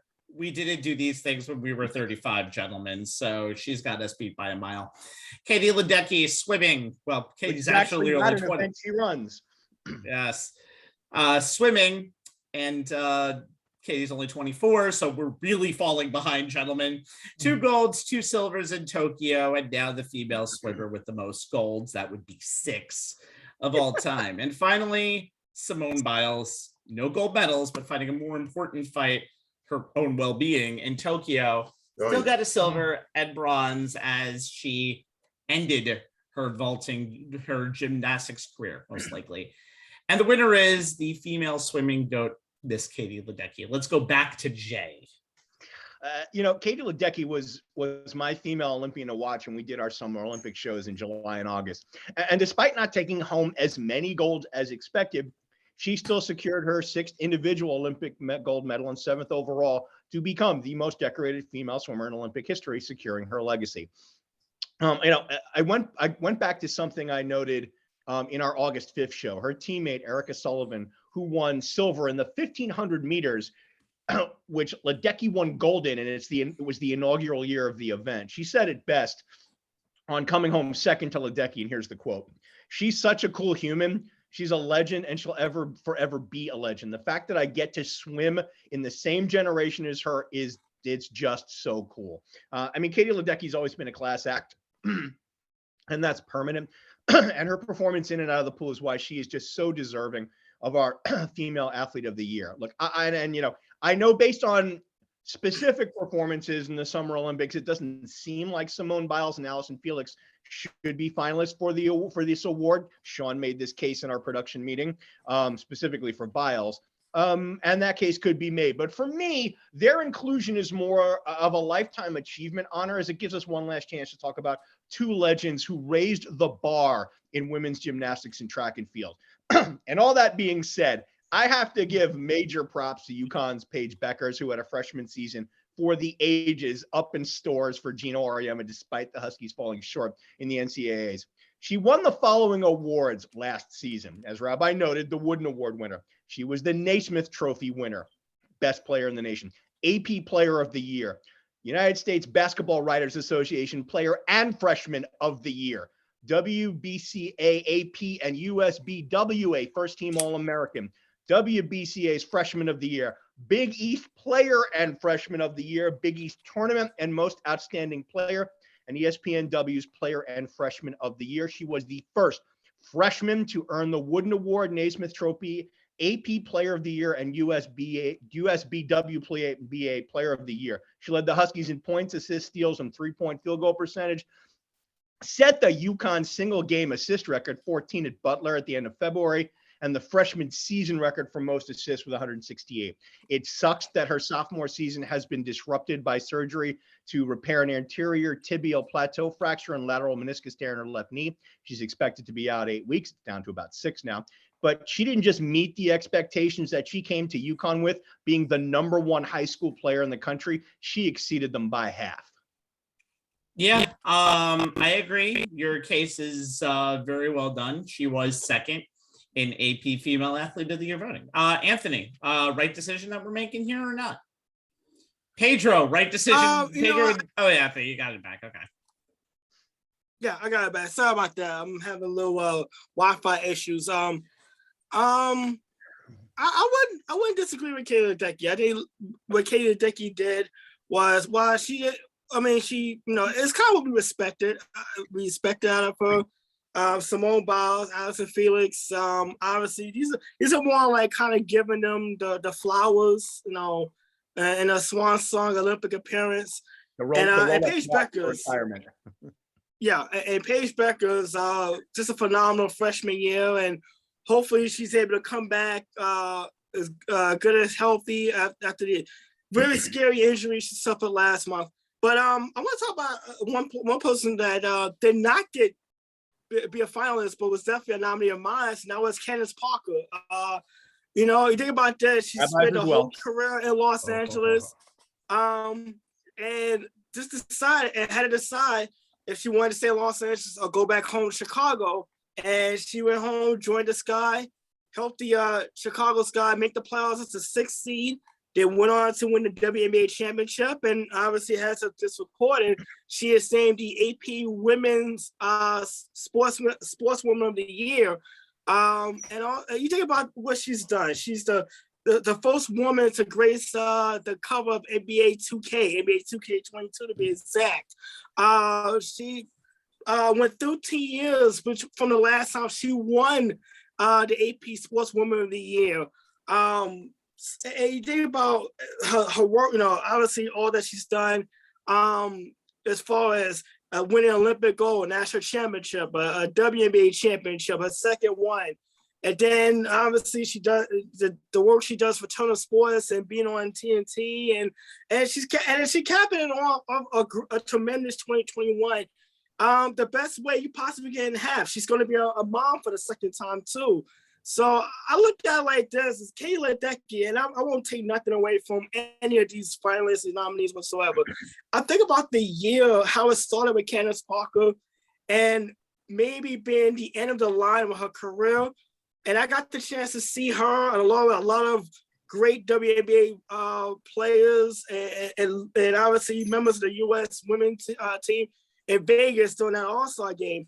And to see where it started to how it ended, it's just a great story. And you can't be more happy for someone who was not just exemplified being a great player, a great athlete, but being a great professional and a great person and an example of being a working mom off the court and just so many things, nice things you can say about Candace Parker. Anthony just took all of my point there. I was going to go last, but I'll go right after him. You guys are fools for not even nominating, for not even nominating Candace Parker. Again, the most time ever between winning AP Female Athlete of the Year awards, 13 years. The second longest was Babe Dietrichson-Zaharias. Look her up if anybody is watching, or maybe even just 100 years ago. Yeah, a long time ago. But Candice Parker at 35 is like almost dog years in WNBA land, although we've seen Sue Bird do it at her age. But the only person in the female basketball world ever in the WNBA era to win Female Athlete of the Year is Candice Parker. And she is multi-talented. She's great on Turner Sports.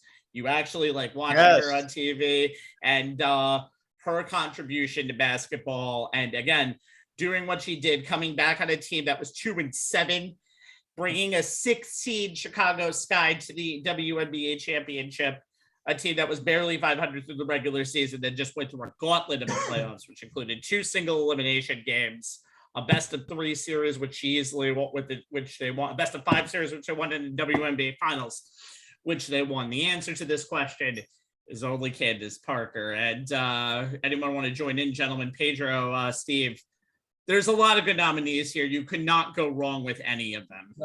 You really can't. No, you really can't. There's so many. I mean, I think Ledecky does deserve to win based on what Jay said and what all of you have said. I look at Simone Biles, and I think if you were giving an award and saying Female Athlete of the Decade, that probably would be more apropos for her. Because what she did coming forward and admitting a lot of personal issues that she had about the sport, and doing it without her girls that she did it with years ago, with Gabby Hernandez and with Ali Raisman, and for her to perform alone and the way she performed under so much pressure, she may not have won a gold, but she did get a silver and a bronze, and she is without question the best female gymnast I've ever seen. I think you all would agree. I believe so too. Probably even better than Mary Lou Retton, and she was phenomenal in the 80s, but this woman was phenomenal for literally a decade, if not more. And I think she deserves at least to be on the list, but I have to say Ledecky probably does deserve the award when you think about it. I definitely agree. You think going back to Simone Biles, and considering what she had to deal with, being a gymnast, it's not as easy as it seems. No. It really isn't. You have to be total concentrated, extremely concentrated, one little bit, and you could really, if you fall off that horse to that bar, you're done. And she's been phenomenal for so many years in that respect. Yeah. So I thought about her as, certainly the Female Athlete of the Year, especially coming forward and admitting what her issues were, similar to the way Michael Phelps did years ago when he admitted his issues also to the public. And that to me takes a tremendous amount of courage and nerve to come forward that way. Sean, we mentioned you in Jay's little explanation about our nominees of the Olympians. Do you think all of our nominees were warranted? I think so. Yes, everybody deserves to be there, definitely. I think in women's sports, especially in Olympic years, many go under the radar and don't get the credit that they do for really fighting for as long as they had to represent their country, whether it's US or elsewhere. And I'd like to just mention a few beyond Katie Ledecky, who obviously compiled the most medals and would be on the top pedestal. Like something funny that happened at the Olympics among the women, skateboarding was part of the Olympic competition for the first time. The gold medalist was a 13-year-old teenager from Japan. And the silver medalist was also 13 years old. I think the gold medalist was named Mumiji Nishia. And then also there was the 16-year-old got the bronze. But even in the United States, these are names that you might have forgot about, but they did represent us really well. Gabby Thomas from Harvard, epidemiologist, in addition to running track and running a great 200 meter and getting the bronze. Lee Kiefer from Duke University won a gold medal in fencing. I mean, that was a big surprise because the Russians were favored in that particular event. And if you go even beyond the US, if you look at Shawnee Miller from the Bahamas, 400 meter repeat in gold. That is a tremendous accomplishment. If her name was Usain Bolt, it might be more in the public's memory, So I think a lot of these female athletes don't get the credit and fall out of the public's mind a bit too quick. Elaine Thompson from Jamaica, gold in the 100, 200, and another event, team competition as well. Sydney McLaughlin from the United States, 400 meter hurdles, got the gold. Yes. A lot of these, and what about 35 years old, Allison Felix, ending a phenomenal career, getting 11 medals total, getting the bronze in the 400 at 35 years of age and gold in the team of the event, the 4x400. A lot of these women did absolutely phenomenal representing us and their respective countries. Sydney McLaughlin is going to be a name that is going to be, if she can do even more than hurdles, that you're going to see definitely when we get to 2024. Track and field looks very promising for the future. That actually almost interests me as much as swimming, and swimming usually gets the most of my attention. Then in week 2, I'm like, oh, track and field, where we lose everything to Jamaica. But luckily, I think the Winter Olympics begin in just a couple weeks. I know. Jesus Christ. Damn, COVID is ruining everybody's schedules, and then the Super Bowl and the Olympics are at the same time at the same network. All right, Rabbi, it's really confusing. Back on task, Rabbi. My mind was blown just for a second. All right, guys. Next award. I knew where you were going.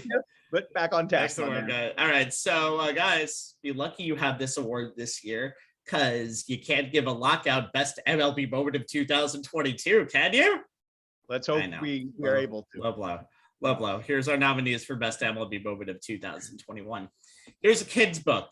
See Javi Baez run, see Pirates field, see Baez score, see Pirates blow it, see Pirates lose 101 games. Shohei Ohtani, top of the first. He leads off the All-Star game. Bottom of the first, a 1-2-3 inning on the pitcher's mound. Just a normal day at the office for the modern day Babe Ruth, and that's not an exaggeration. If you build it, it will be a success. The Field of Dreams game for MLB is an 8-7 barn burner between the Yankees and the White Sox, two teams who eventually made it to the postseason. And it's such a success, you wonder how Rob Manfred came up with it. Accidentally? Did someone else in the office actually come up with the idea? And finally, the Veterans Committee. They voted 2 New York legends, Gil Hodges and Jim Cott, into the Hall of Fame. And they also voted Negro League legend Buck O'Neil. Damn good nominees. But the winner is also known for the time when Kevin Costner cursed on national TV in the pregame. Look it up on YouTube. The winner is Field of Dreams. And I'm going to start with our baseball aficionados here, Mr. Pedro and Steve. What I saw in that game is a feeling that I didn't even get from baseball all throughout the year. Oh, yeah. I mean, it was like watching that game was like actually watching the movie Field of Dreams. Yeah. It was just, the way it was planned, it was just one of those old-fashioned baseball games you wish things would go back to. And there was a lot of all-stars on both sides. I mean, that added to the drama. And you saw Liam Hendricks give up 4 runs out of the bullpen. That's as much as I've seen him give up in a long time. And the Yankees, they gave up runs too, but it was a real knock 'em down, drag out battle between two really good teams. And I think that was also a reason the game was great. The teams that were facing each other and possibly could have faced each other in the playoffs, but the atmosphere was very unique. Oh, too. yes, You indeed. know, I love, Illinois, Yeah. the middle of nowhere, Yep, in the cornfields in the outfield area. Yeah. And it was just a really unique setting. And I think we're going to see that again going on maybe for at least a few more years. We are, guys. Before we let Sean take the ball, I want to get your take on the Hall of Fame enshrinees. Gil Hodges finally getting in, Jim Cott, and Buck O'Neil. Well, I feel about Jim Cott. I mean, the same way I felt about Bert Blyleven finally getting in the Hall of Fame. This man had 287 wins, pitched into his 40s. All right, he was a finesse pitcher, but he really knew how to pitch. And I like seeing guys like him get in. They don't have to be the Tom Seaver and the Nolan Ryans of the world, but a guy who really understood how to pitch. And I saw clips of this guy back in the 1965 World Series, and he was a great pitcher, and he lasted a very long time. And Gil Hodges, every Met fan was waiting for this day forever. Oh, yeah. This man was a borderline Hall of Famer in his career as a player, and then he took the Mets, who were one of the worst teams in the game, and brought them to the championship level in 3 years of being the Met manager. That's like Actually only his second year. He won a championship in his second year. That's like what Bill Parcells did with the Jets when they were 1-15, turned them around 7-9 the next year, in the playoffs the year after. And he was a class act and really knew how to manage guys and got everybody to play on the same page. I'm really glad they're in. And I wish I knew Buck O'Neill's history better, but from what I knew, was definitely a Hall of Fame. Definitely an ambassador to the game. Yes. It was an ambassador to the game, and it was really, they really messed it up when they didn't vote him in 2006. Yes, that's right. They really messed. I think all these guys were certainly worthy of being in the Hall of Fame. And let's hope this year's Hall of Fame is also worthy of putting in the players that are on the list right now. I agree. I can't wait to see that Mark McGuire, Roger Clemens, Andy Pettit Hall of Fame. Oh, That's boy. going to be Wait till we get to that. Eventually, it's ultimately one of these guys is going to end up getting in. Oh yeah. Yeah, Lord, it's going to be very interesting when it happens, Sean. See it coming. I'm also thrilled to see Gil Hodges make the Hall of Fame. That really is a memorable moment in baseball. There's a great book by Tom Oliphant called Praying for Gil Hodges, somebody who grew up in the area when the Giants and Brooklyn Dodgers were having their intercity famous rivalry, and how it united families and community to listen to games on the radio and to follow the Dodgers through all their losses through the 20s and 30s and 40s against the Yankees. And then finally in 1955 was the big moment. They got to a game 7. Who was on the mound? Johnny Padres. Yeah.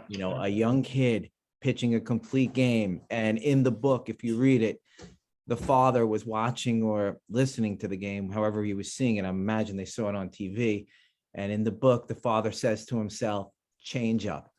And Johnny Padres threw the changeup for the final strike of the game. And finally, the Dodgers beat the Yankees for the first and only time while they were in Brooklyn. And then watch that catch with Sandy Amoros. Oh my God. Right. Yes. There were so many great moments. Yeah. So that was a huge moment. I mean, it wasn't only the game in the Iowa cornfields, it was the pregame. If you miss that, you miss half the show, because, they're showing they made the 2 fields. One field was where the movie was. I don't believe they weren't on that one, but people they weren't. Walk around it. And then they connected it via the cornfields with the one that we're going to hold the MLB game in. And they built the stands around. Small time atmosphere. Iowa does not have a professional baseball team, but another, AAA team. Field of Dreams was based on a book written by Kinsella. Ray Kinsella. He also wrote another great baseball novel called The Iowa Baseball Confederacy. Yes. Check out that one if you like Field of Dreams and this whole dimension of making baseball very classic and special to the country. So I love that game. And one thing I hope it's like Thanksgiving and the Lions and the Cowboys, where the White Sox are the mainstay of the game, because if it's they won't be next year, I believe. The Cubs will be. The Cubs, it's going to be Cubs and Reds next year, I believe. So they're going to keep it in the Midwest, Sean. I know, but I'm saying I'm hoping that they see that the whole reason for the movie is the linchpin is the White Sox. They should be in the central role against somebody else. That should be their place. I think that's what makes it special. Yeah, that's a fair point. I got to give it to him.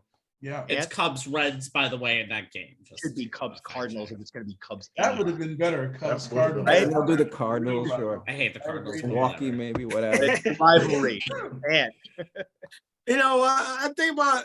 I have to bring this up, and I think I tagged Jay and Rabbi in this. The Javi Baez play is the greatest combination of high baseball IQ and incredibly poor managerial skills at the same time. You watch that play, you think to yourself, okay, it's 2 outs. Did anybody in the Pirates think to themselves, you know what? We don't have to tag them, just touch first base and the inning's over.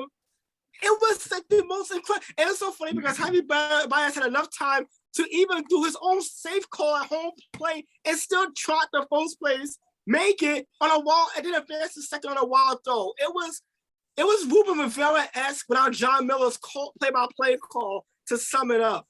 But the Field of Dreams played out as perfectly as Major League Baseball could have possibly have imagined. You think about the atmosphere, the fact that the field that was constructed for the game itself was pretty much adjacent to the actual field that was used in the movie.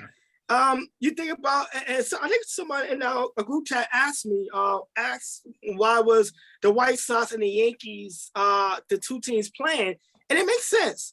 The White Sox, the 1990 Black Sox scandal was pretty much the backbone of the original movie, the Field of Dreams movie, and you have the most historic and most successful sports franchise in the New York Yankees. So the two definitely kind of go hand in hand. And you think about the players coming out through the cornfields and Kevin Costner himself doing the introduction, and I feel and it introduced an entire generation of baseball fans who probably never watched Field of Dreams themselves, and never heard of the movie, never watched it. You know, I even caught myself one night stopping on MLB Network to watch a movie I hadn't seen in almost 10 years because I knew that there was a game that was going to be played there.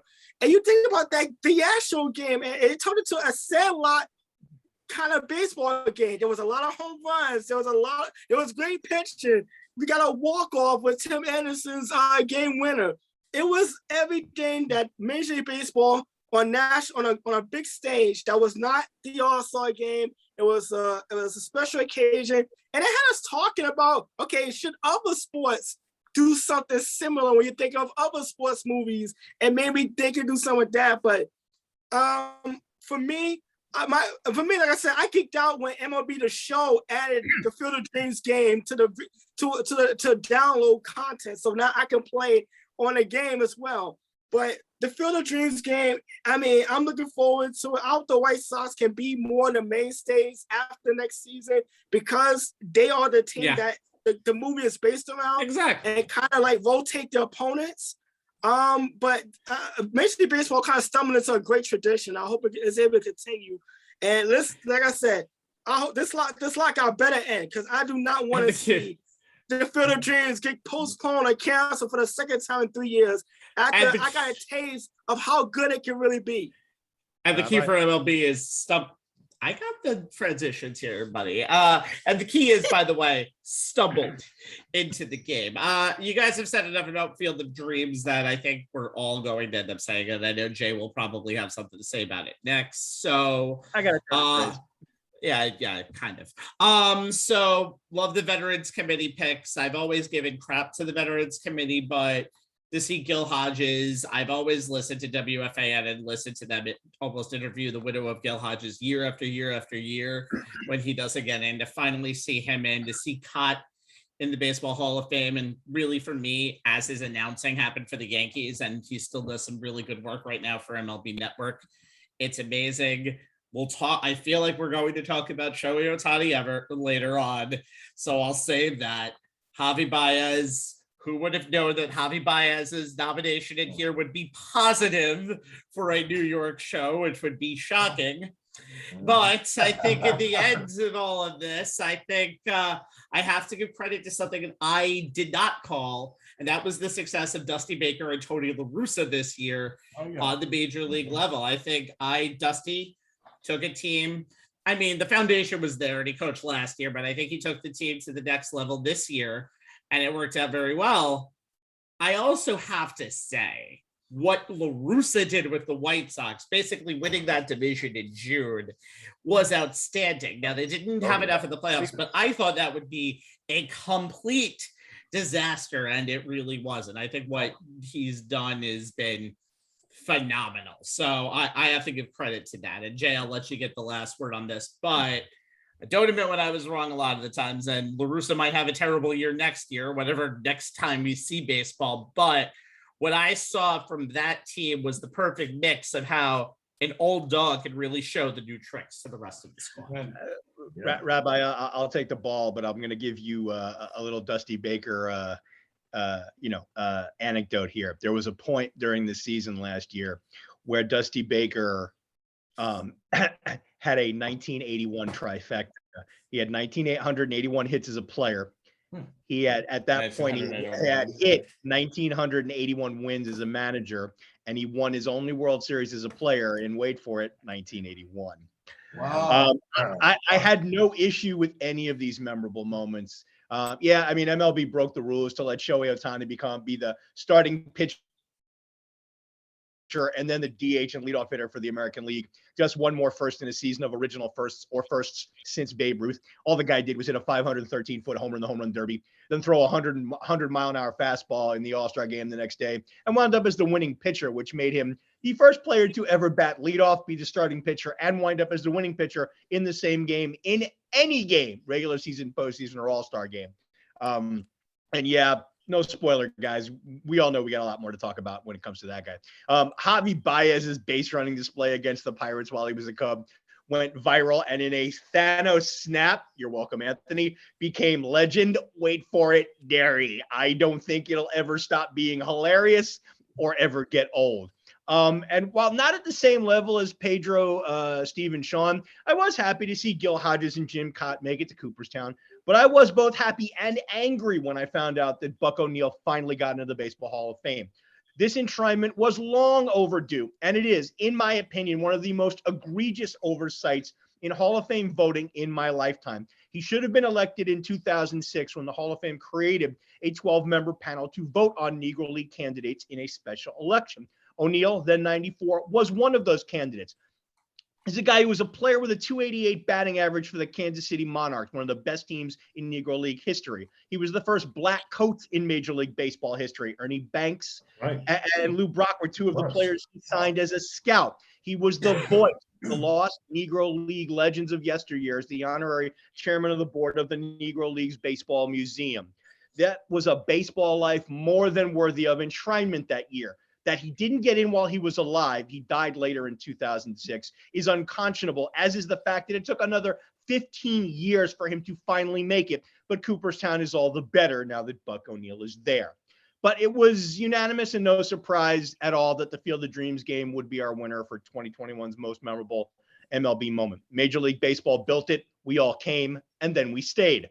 The lead up was everything we hoped it would be, with Kevin Costner and the players entering the field through the cornstalks. And the game itself did not disappoint, as the Yankees and White Sox gave us plenty of homers. Each team hit 4, including Aaron Judge and Giancarlo Stanton going yard, or cornstalk, if you will, in the top of the ninth to turn a White Sox 7-4 lead into an 8-7 Yankee lead, which was then followed by Tim Anderson driving Zach Britton's first pitch in the bottom half of the frame into those cornstalks for a game-winning walk-off homer.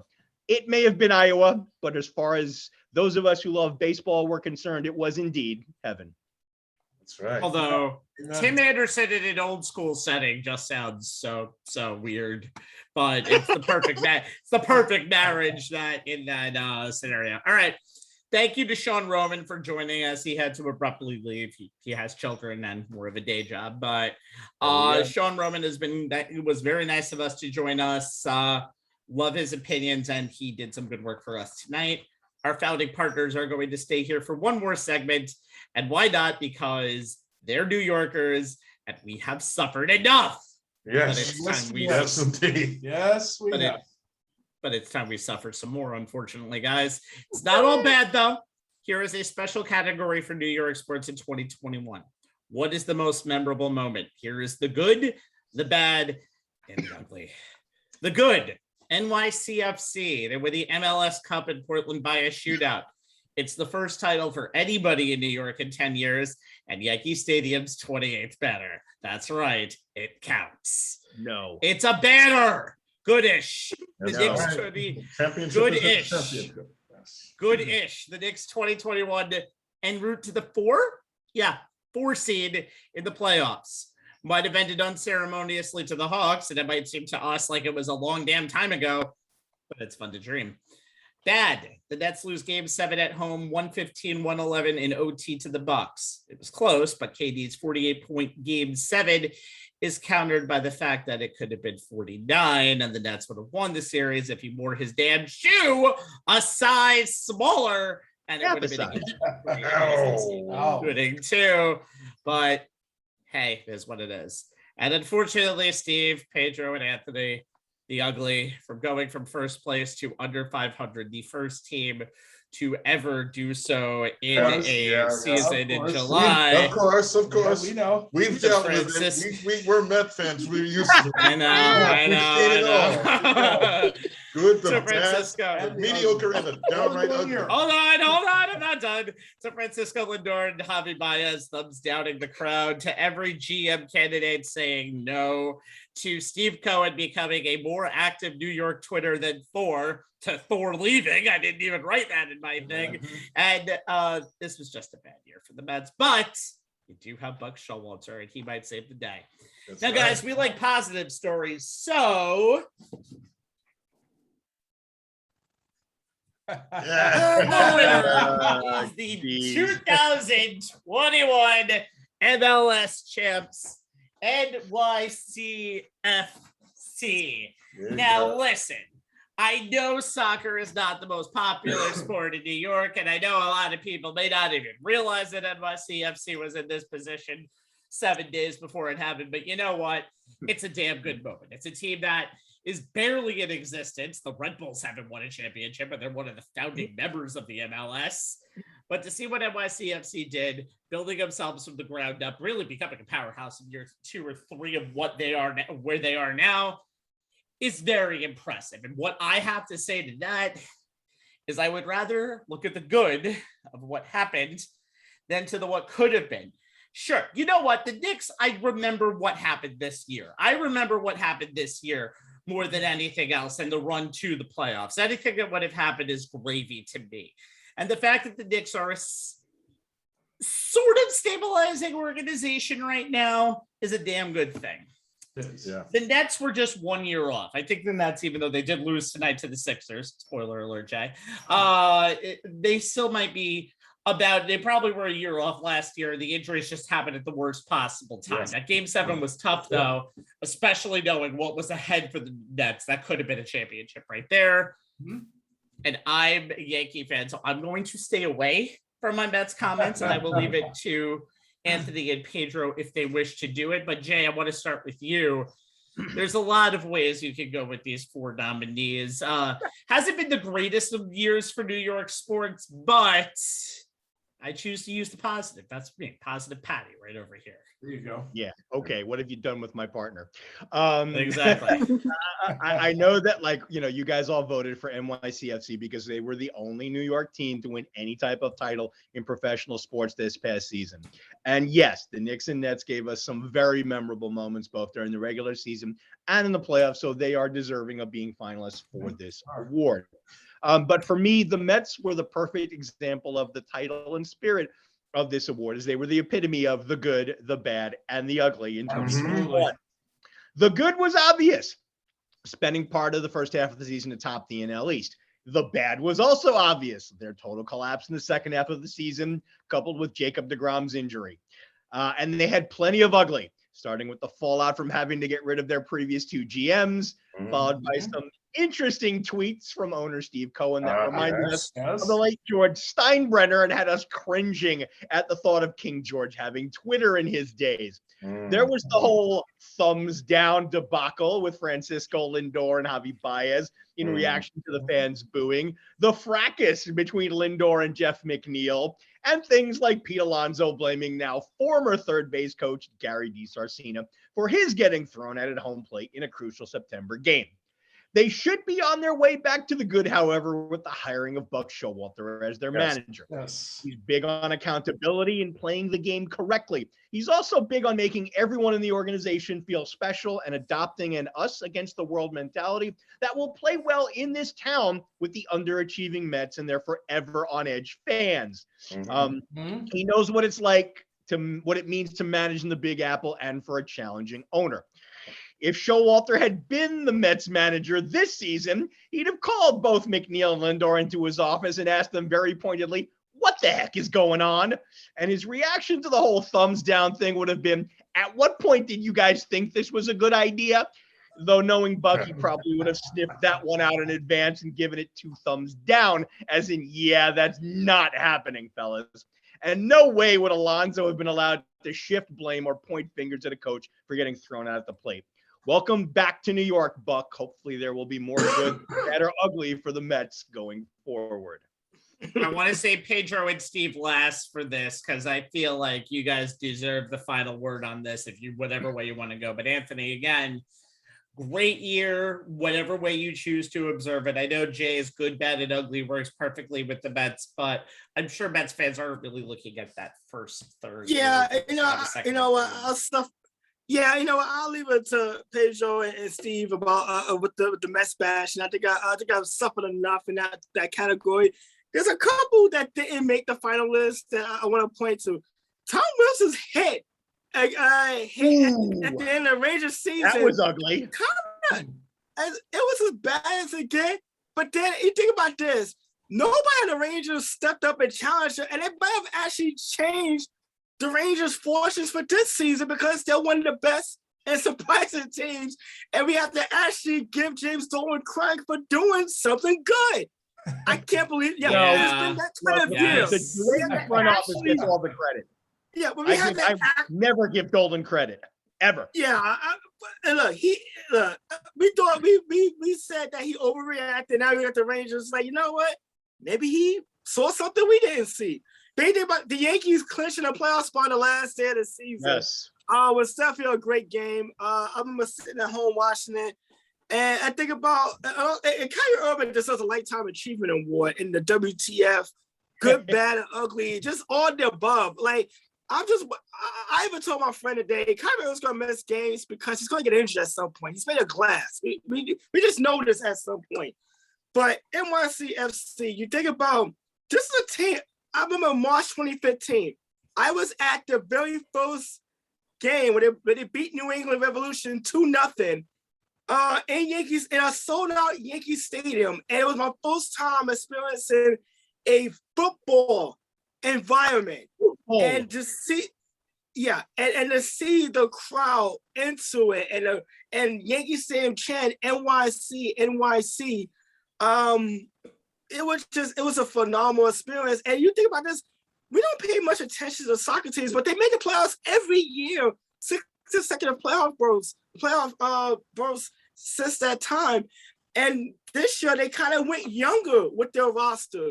And you think about the road to get there. They beat 2 really good teams along the way to get to the MLS Cup, and that's in Atlanta and Philadelphia, respectively. And to go into Portland and that environment, and I just remember just being glued to this TV to my left, but to your right, and just being glued to it. They got the full score, and the fact that they gave up the equalizing goal with just literally seconds left in stoppage time. Literally the last possession it gave it up in. It had to regroup because you kind of find out, but the commentators are saying that shouldn't have been allowed. It should have been fouled. And you think about they might have just gotten a championship stolen away from them. And Bob and I was both texting each other during that moment.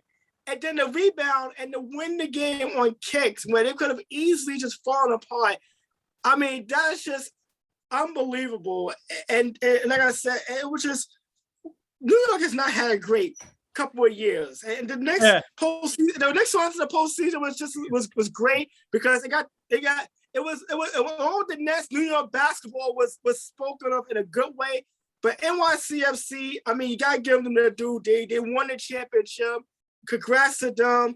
To a tremendous season, and to finally cap it off, getting over the hump. Let me tell you this, by the way, before I want to follow it up with this real quickly. Seeing the Knicks have success in New York for the first time in 8 years is a different thing to see, because you can see the Yankees have success all along, but these days baseball is not number one in New York anymore. I think we all realize that. You see the crowds. The football teams are the football teams. They get their success. We had the Mike White saga this year, Rabbi. Shut up about Mike White. That's the last time I want to hear his name. But the football teams are exactly the football teams. They get the love, but they've been terrible for a while. But just seeing the excitement of this city with the Knicks making their run in spring is just awesome. And seeing this team get back to national prominence, get back to the national scene is pretty damn awesome. However, we're going to have Pedro and Steve now talk about the Nets for another 5 minutes. So let's go ahead. Well, I mean, I love your guys' love of the Mets. So I'm sorry. We went through every phase you can go through this season. 91 days. It was hard to believe for every Met fan that this team was in first place. It seemed like we got there with mirrors and Jake DeGrom and a surprisingly very good starting pitching staff for about half the season. And then Jacob deGrom is on the disabled list, not once, not twice, not 3 times, 5 times. And you think the manager would have said, what's going on here? Never, not a word. Jacob's fine. He'll be good. He goes out, pitches a couple of innings. He's hurt again. That was the beginning of them going down. And then the next thing we knew, July comes and August comes and we're playing the Phillies and the season was over. And I remember telling friends, this manager has to be fired. Oh, yeah. We were at circa 1978 New York Mets history. We went from being a really good team to being an absolute disaster. Then we couldn't find a general manager. We went through all these different guys in the offseason. We finally found, ironically, somebody who used to be with the Yankees, and Billy Epler, who actually knew Buck Showalter, and they got along well. And we thought they overlapped. They didn't really spend a lot of time together. They overlapped 1 year when Epler was on the scouting side. But they always liked each other, and he actually tried to get Buck Showalter the job with the Angels, but Artie Moreno said no to him on that. And the reality was Steve Cohen was the biggest savior for the New York Mets we've ever had. I remember when the offseason came and one of my friends said to me, why should I continue to follow the Mets? I said 2 words, Steve Cohen. He will blow your mind when the offseason comes. We are going to get some players in here that we never thought we were going to get. And I think the biggest surprise was Max Scherzer. Nobody in their right mind. Nobody saw that coming. Nobody saw that. But I was shocked when they signed. I was too. Did they get Max Scherzer? I remember thinking the Dodgers are going to re-sign him. Maybe the Yankees are going to get this guy. I never in my life thought they were getting Max Scherzer. And when they got him, I said, this club is serious. They really want to win. They want to get things done. They want to turn around everything that happened to this team this season. And so the players they acquired were amazing. Starling Marte and Scherzer and Canna, and just terrific what they've done. And I don't think they're done yet. I think they're not done yet. Whenever this lockout ends, the Mets will get the last 2 or 3 pieces they need. But Buck Showalter was a terrific guy to manage this club. Somebody who has consistency, who understands the game, who's smart, who knows how to manage players. And I'm telling you, we'll never have a season like we had last year if he were managing this team. Thank God for Buck Showalter and Steve Cohen, because I think we're going to start to turn this around very quickly. I got to ask you guys, did you see Showalter, did you guys see that happening, or were you pleasantly surprised when it did? I was hoping it was going to happen, but I never really thought it was going to, because what Cohen's done with this team. I did, and I'll tell you why. Okay. Steve Cohen said something that was very telling. He said when they started their search for a new manager after he got rid of Rojas, he did not want someone who was going to be learning how to be a manager on his team. Thank you. That's right. And with that comment, and then you saw who he interviewed, I knew it was going to be Showalter, because every other one of the guys that they interviewed would have been learning how to be a manager. Yes. Well, to be fair, that's what Steve Cohen thought that day on Twitter. He could have easily changed his mind in the press conference, like he has done in a bunch of times. Confidence when they acquired Scherzer. Like, we knew this is a club that's going to get serious. I like the signings of Starling Marte and Canna and guys like that, and we did need them. But when you bring back Scherzer, you have brought in some serious credibility. A man who knows how to win, who is a phenomenal pitcher and a competitor, and he and Jacob deGrom probably are the best duo in baseball right now. Going back to Showalter, I thought, considering the Mets did have a number of problems getting managers and general managers onto the club, but when they got Showalter, I think of all the managers that were available, I think he was the best manager that was available. And on top of that, he had a track record, even though he had some bad years in Baltimore. He had that bad year in Baltimore and a few bad years here and there. He built franchises, and he had a track record. He wasn't a rookie manager. He had a track record. He was the best manager. He was the best manager out there. He definitely was. And I mean, what he did with the Diamondbacks and brought them, sorry, Yankee fans, but he got them a championship. He did exactly what he needed to do there. Yeah, he's turned around every single team within 2 years of taking over. He has turned around losing franchises and made them winning franchises. You couple that with his previous experience managing the Yankees, he was the best, and he was the only real choice. I think so. He was. Guys, I have to unfortunately cut this off, or we would be talking Mets forever. You're right. You're right. Pedro, Steve, thank you for joining us tonight. We really appreciate it. You've been great to us over the years, and hopefully we can see each other in person in 2022. I hope we can sure heck hope so. Right. Have a good night. Enjoy your holidays, all of you. Happy New Year, guys. Happy New Year, guys. You take care. Right. Take care, guys. You too, Take man. care. Right. Take care, Anthony. Take care, Anthony. Take care, guys. Steve. All right.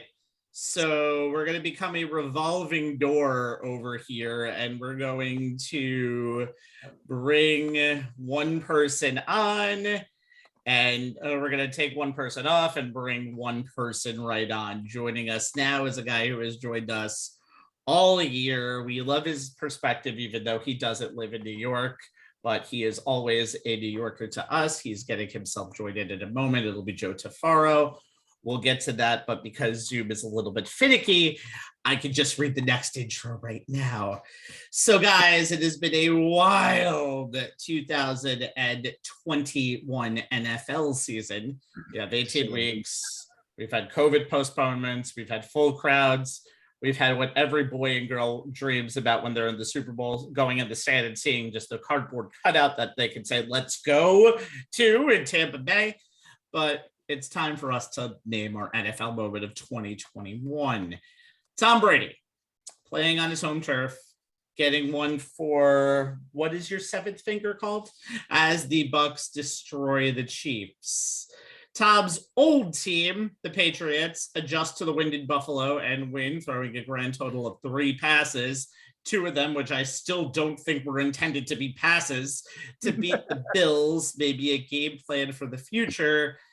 Didn't really work out in week 16, but we won't talk about that here. And then we have the special Lions category of the program. The bad, Justin Tucker of the Baltimore Ravens hitting a field goal with 0 seconds on the clock in week 3 to beat Detroit. And oh yeah, it was 66 yards, which has never been done before. It's an NFL record. And then we have the polar opposite, the ecstasy of the agony, a game-winning touchdown from Detroit with 0 seconds on the clock to beat Minnesota for win number 1.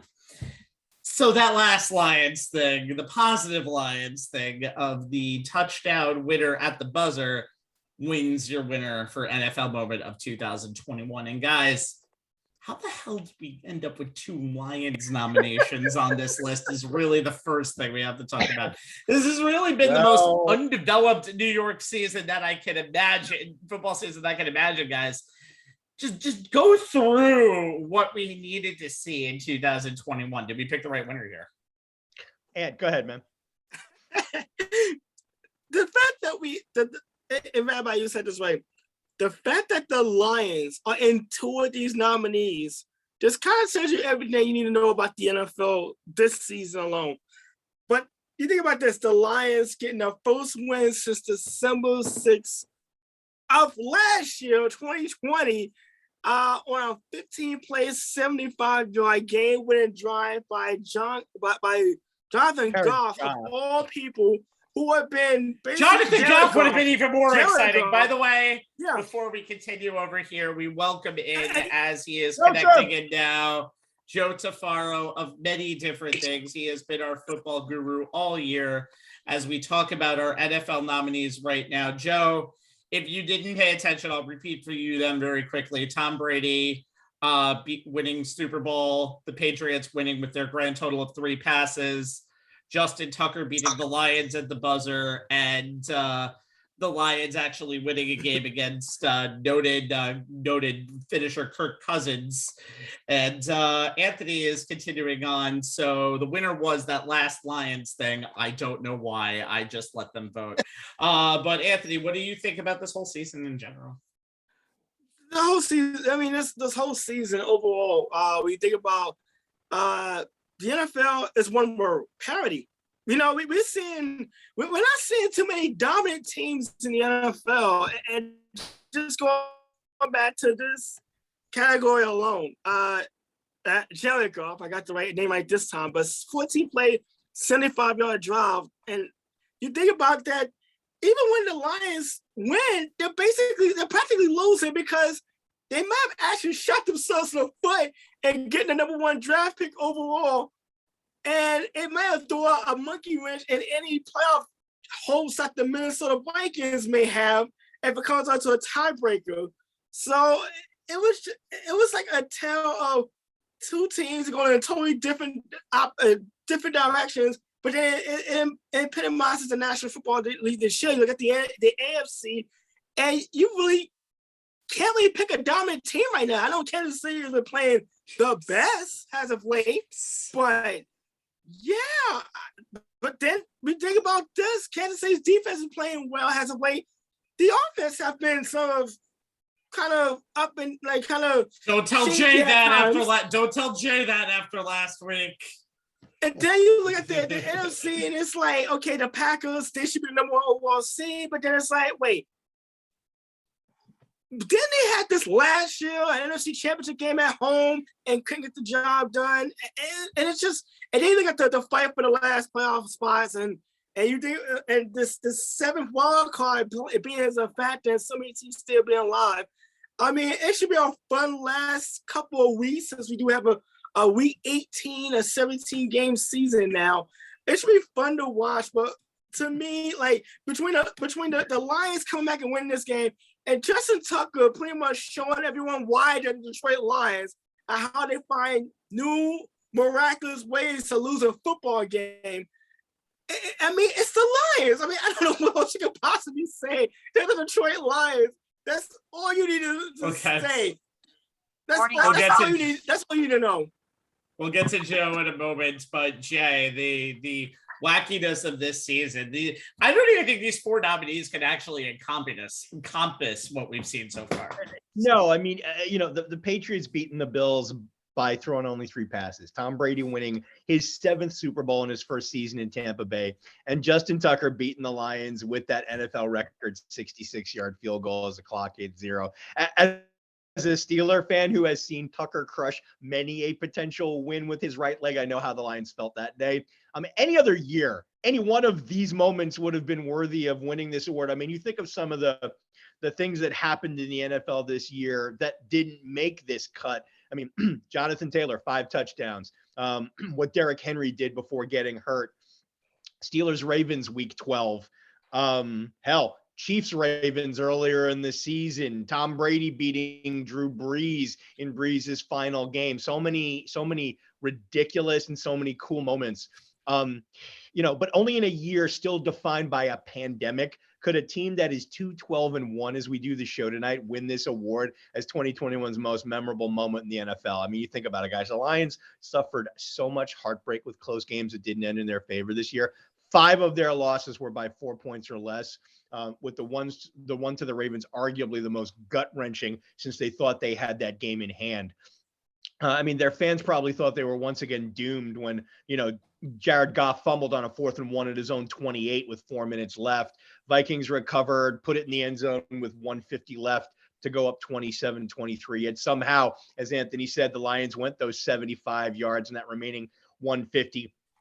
Goff was 9 of 14 for 75 yards on that drive, hitting Amon-Ra St. Brown from 11 yards out with 4 seconds left to finally get the Rock City boys off the schneid. The crowd went wild. Head coach Dan Campbell went wild. The team went wild. It was one of the most epic finishes of the season. The fact that it was produced by a team that still has a chance to finish with the number 1 pick in the draft doesn't diminish the level of epicness, in my opinion. That's why it's a deserving winner of our most memorable 2021 NFL moment. Now, Joe, you criticized us last year for naming Alex Smith comeback player of the year. So I have a feeling that any criticisms going to you will definitely be well warranted. But what do you think defines this NFL season? So the point about them blowing, that they should have lost the game for the number 1 pick is we always go back to this every year we go through this, but they tried to lose the game. Jay, you just said it. They went for it on 4th and 2 from their own 28-yard line and took a sack when they were leading by 2 points. So they tried to lose the game. So this goes right into our next segment of, you guys want to say parody is the word for this year. It's stupidity. There's been so many ridiculous calls. I mean, seriously, they're winning by 2 points. It's 4th and 2 on their own 28. And instead of punting the ball away and playing defense, they decide to go for it, take a sack, and give up a touchdown.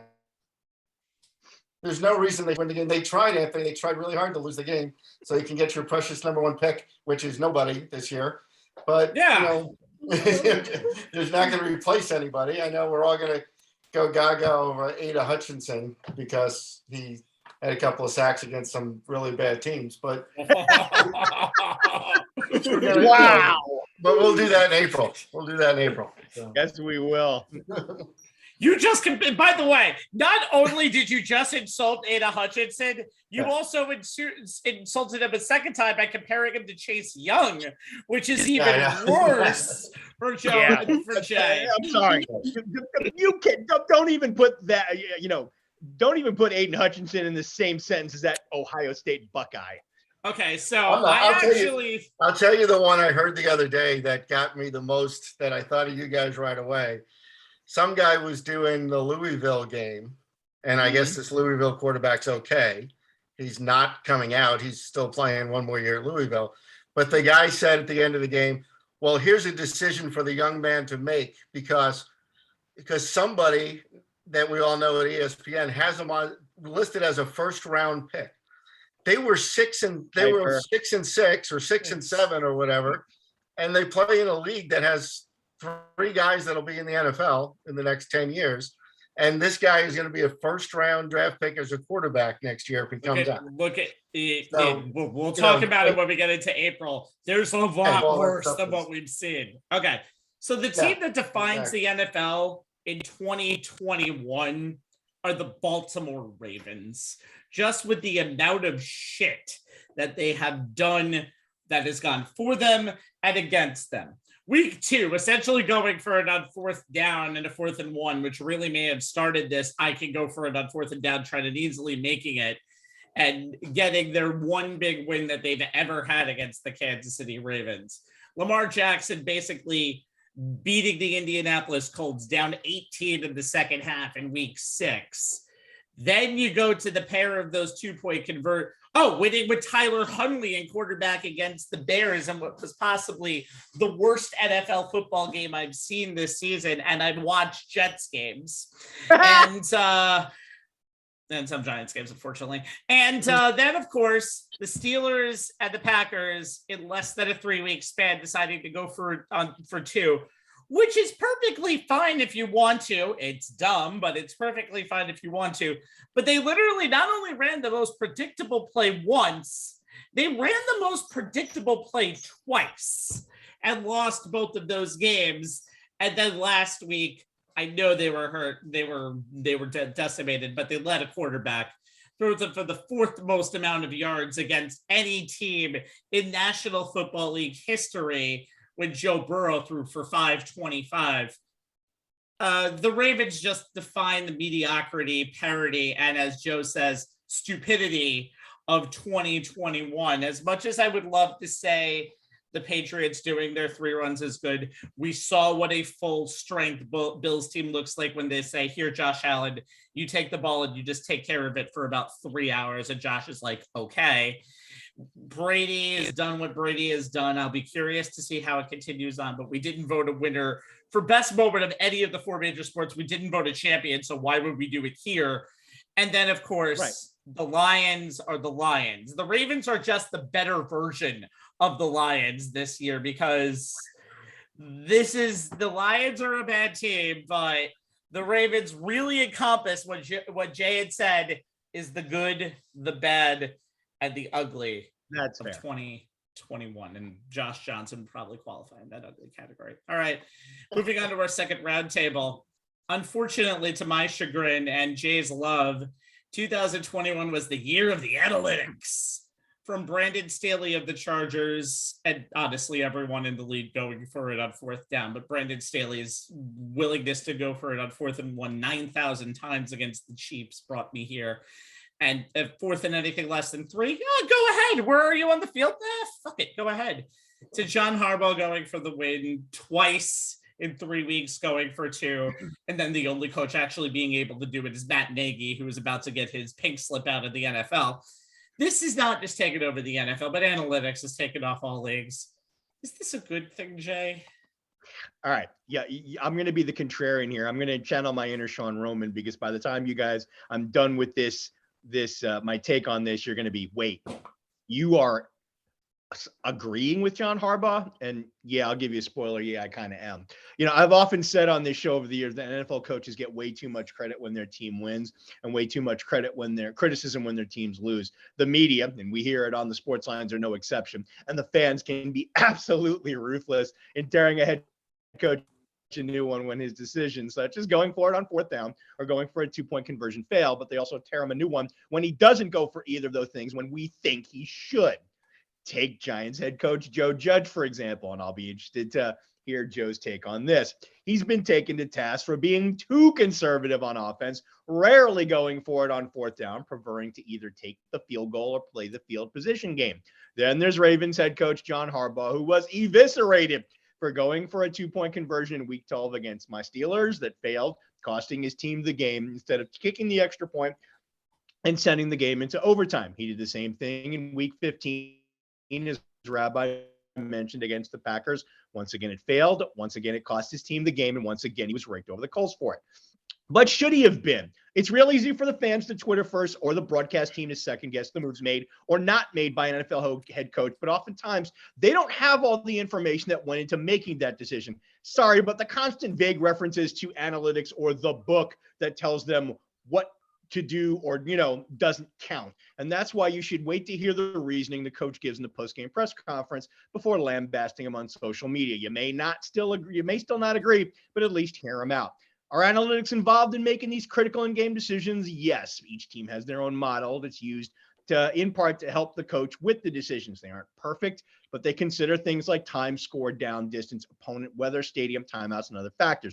So on a 4th and 3 from the opponent's 26, the model can assess how likely the offense is to convert, how likely the kicker is to hit a 44-yard field goal, and what success or failure in either scenario would mean in terms of the team's chances of winning the game. This can help prevent a coach from falling victim to biases, recency, we failed the last time we went for it, or others that could make the coach go away from what was game planned earlier in the week. for such situations should they come up in this particular game against this particular opponent.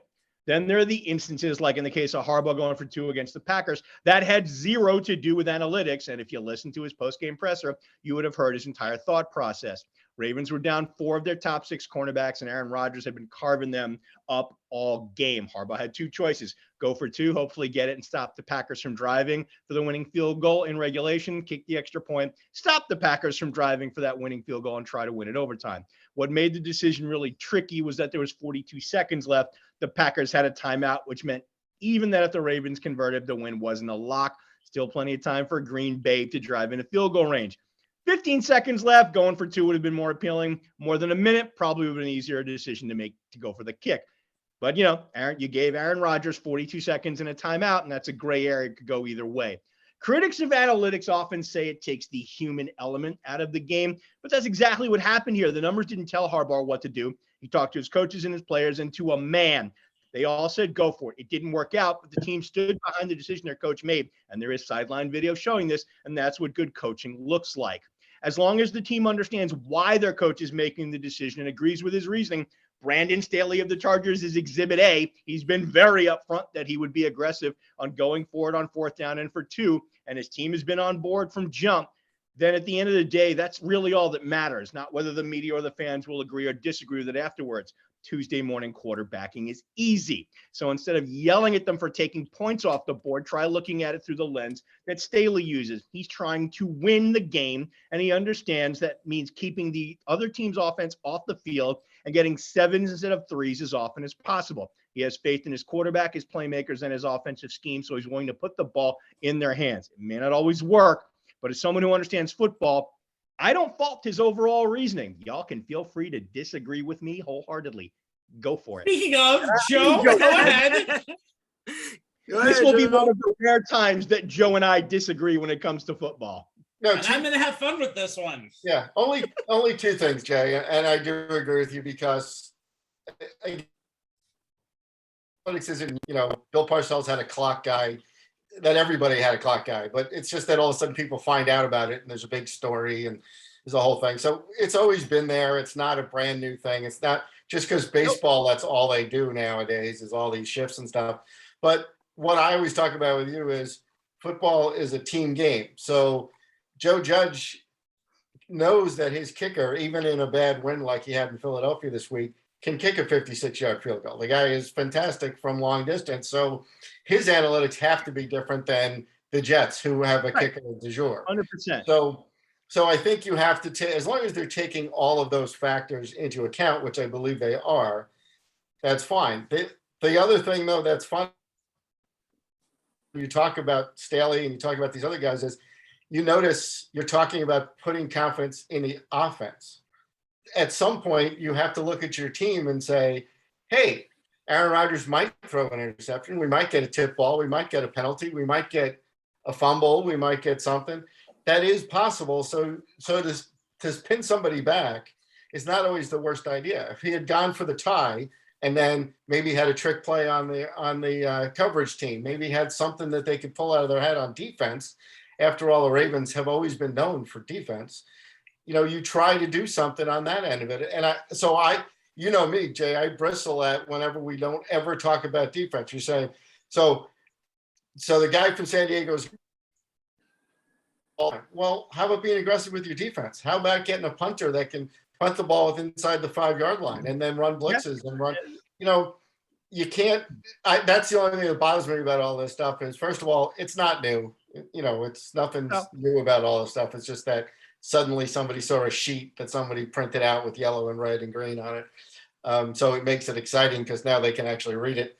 But I think it's interesting, again, from that point of view, that no one ever talks defense. They always talk offense. That's, Yeah, I hear what you're saying, Joe. And in both those cases, I think Staley has been up front since the beginning of the season that, he hasn't come out and said that he has no faith in his defense.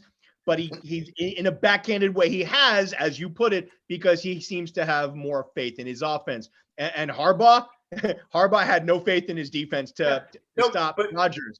And I'm not worried about Harbaugh because you're right. They were undermanned that day and the whole bit. And again, I don't like the idea of going, oh, well, he's just going to walk down the field. They didn't score on every possession against them. No, they only scored on 4 of them. So, I mean, they didn't score.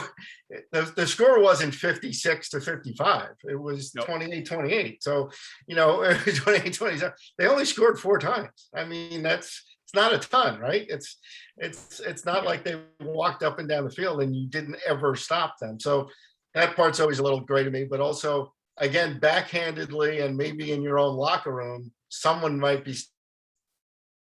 oh, so we don't count. We can't be counted on for anything. We can't play. You're going to just go for, and again, I understand everybody on the sideline on offense said, yeah, let's go for it. I didn't see them interview any of the defensive players what they thought. It was the tight end don't get interviewed anymore. Saying, there's 6 defensive players that get interviewed in Eddie. It was a sport now, and they're all at the Cowboys. Apparently. They weren't going to interview any of the Baltimore defensive players because it's nobody that anybody knows, considering the way that unit's been decimated by injuries. But I'm just saying, how it's always slanted offensively, and that's like I said. If you're Brandon Staley, you better have a very good understanding with your defensive coordinator and your defense captains. When I say I have no faith in you, I don't really mean it. Or because I do this, I think we have a better chance of winning. You got to be careful with that stuff. That's over time. I'm not saying it hurts them this year, but maybe 2-3 years down the road, these guys are going, can we play too? How come you're always giving the ball? Exactly. And you know what? I mean, and it's Staley was speaking in this instance about the game against the Chiefs. And you know what? When you're playing that type of offense, I can understand the game plan and the way he was going for it. I mean, granted, he leads the league in going for it on 4th down. Well, I'm going to bring up a bad word in Rabbi's world. Because this happened a couple of years back when Shermer was in charge of the Giants. He was actually on the radio show with Francesa because he used to go for it a lot he used to go for 2 a lot. And he was the first one that said, no, Mike, I'll show it to you. You have a better chance of doing this and going for 2 points over and over again than you do kicking the 1. No, Staley's argument is tough because they lost by 3 points and he went for it 3 times or 4 times. Right. And so you're going, well, you don't change. There are certain things like you always take the first field goal, no matter where. If it's 4th down and 1 in the first quarter, you get the 0 off the board. Those are old time things that people are now fighting. Right, and he's a new era type of coach. So and everybody, and you think about it, everybody who yelled at him, especially on the Fox post game set, they're all from the older generation where you just didn't do. Oh, of course. But I also think one thing. Them right. Hold on. I think the one thing that needs to be said here, especially with what Staley did, is the opponent. The opponent is a completely different story because if you're playing let's use the Detroit Lions as an example, you're going for that first 3. If you're playing the Kansas City Chiefs coming in on a 7-game winning streak, you're not. It's no coincidence that the 2 games where Baltimore went for it on 2 were both nationally televised 425 games with the A Crew on CBS and Fox. I think that made a little bit of a difference too. But it's also different because going for it on 4th and goal from the 2-yard line, if again, you're saying, I don't mind my defense being here having to defend 98 yards. That's a better answer than we have to score 7s because my defense can't stop them from getting 7. I would rather have that. I'd rather have that explanation than say, my defense stinks and we can't stop them. Because again, did they score on every possession that they had the ball? No team has scored on every possession that they've had the ball this year. So, there has been moments of defensive stoppage. And Anthony, I'm going to bring you into this. And I know you were raising your hand probably. And there are ways of playing defense. No, and there are ways of playing defense, to force teams to go short passes, right? You play deep coverage, you try to get whatever you can, and you make them play 15, 16 plays because someone's going to jump offside, someone's going to drop a pass. Exactly. you can't just sit here and go, oh, we're going for it because we can't stop them. That's a bad explanation to me. Absolutely. The explanation is much better to say, I'm comfortable I with don't my think a head coach is ever going to come out and say my defense can't stop them. I think they know going in that, you know what, I trust my offense to get it into the end zone. But if not, yeah, I don't think they can go 98. Anthony, I'm going to bring you into this. That's almost a media kind of narration. And I mean, that Patrick Mahomes is the almighty God who waves a wand and scores a touchdown every single time that he's on the field, that Aaron Rodgers can't be stopped every single time he goes down on the field. Eventually, a defense can make stops, and that's why analytics have just been brought up to this level. I was having so much fun watching the back and forth. Like, it was just, Oh, yeah. I was enjoying being a spectator for this one, but you know what? I'm gonna go with Joe in this one. Yeah, it's great to go for the fourth down, and you're a genius when it actually works. When it doesn't work, it's a little different. In the case of Brandon Staley, and everybody and I was talking about this during the game, before halftime, take the points. I mean, it's pretty obvious. Just take the 3 points. You get the ball. You Kansas City get the ball in the second half. Take the 3 points. Just take what you can. And your defense is playing well. I feel like that was more of a slap in the face of the defense. And granted, they haven't played. They've actually played worse this season than a year ago. They're 27th ranked going into that game, and they couldn't stop the run all season long. So that's kind of that. Maybe that game and the fact that it was Kansas City as the opponent, maybe that got more into Brandon Staley's thinking than, oh well, I've got a trust in my offense, but you don't have any trust in your defense, who managed to make Patrick Mahomes turn the ball over twice in that game too, and force a couple of punts. So your defense didn't play so poorly that you needed to go for it every time because you needed to score points. In the case of John Harbaugh, I understand the game against Pittsburgh. If the play works out, you win. You go home. And they missed it by that much. Yeah, it's decimated, and it was by that much. It wasn't a bad play call too. I mean, it just the execution didn't work out.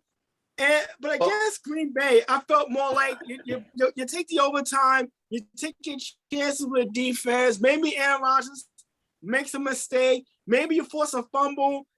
You got to get trust in your defense a little bit. And I feel like as much as you're gambling on offense, you're showing faith for the offense. Defensively, remember they gotta play. They get paid. They get paid to do a job too. And I feel like if you're taking less confidence, if you're taking the confidence away from them, then it's like, okay, what the hell are we doing here? I mean, you're going for it on fourth down, but at least be like, hey, I feel confident they're not going to drive 99 yards downfield against our defense, regardless. Unless they take 15, 20 plays to do it, then, well, we just got to score points. And, I got a big chart sheet that looks like a menu from Saudi's, and it's all colored up, and it looks great, and it looks decorative and wonderful. With national televised, I look great with a headset on. I just want to look good and look smart. No, I hate that. Enough about Andy Reid. Saudi's is Andy Reid's play calling menu, by the way. Okay. Yeah, pretty much. So but also, yeah. But yeah, and you guys know how enamored I am with the guys like with Trey and all those guys. So in that game with Packers and Baltimore, he says at the time, and Baltimore's in their own end, by the way, when they're going for it on fourth down, and he says, well, you almost have to at this point. Well, they're on their own 26-yard line, and there's 13 minutes to go in the game.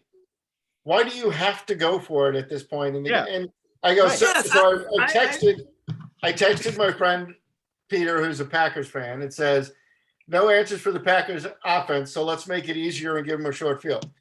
So you gave him the ball at the 25, so he took 2 plays to score instead of 12 or 13 plays to score. None of this really makes any sense from that.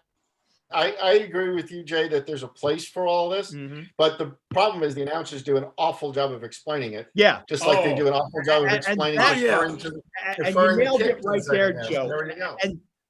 And to me, this is what's made this, the whole decision-making process, of head coaches going for it on fourth down and going for 2 is, like you said, somebody got an inside look and then he's blown it out of proportion, which is why I said in my thing, just vaguely throwing out analytics and vaguely throwing out the book that tells them what to do and when to do it. I'm sorry, that doesn't really get to the heart of the matter. That, to me, is just lazy and weak analysis by your color commentator, by someone who should know better. And that has furthered the narrative that has people in the Twitterverse and people in the media tearing coaches a new one, because it seems this year there has been an uptick in going for it on fourth down and going for two. And nobody bothered the guys who are the color commentators, who are the former players. I'm sorry, y'all. You should know better than to give this weak analysis to explain why a coach is going for it or whether he should go for it. And that's making things worse. Yeah, I heard when Troy Aikman said that, and I'm thinking to myself, I would love to see Troy Aikman walk to the sideline and try to convince Jimmy Johnson to go for it on fourth down, deep in their own territory against, say, Randall Cunningham and the Philadelphia Eagles, and give him 20 yards to score a touchdown. Are you nuts? Like that reminds me of a video game guy that, regardless of what down the distance it is, on 4th and 50, he's going for it. And all you need to do is just stop him and go 10 yards to score another touchdown.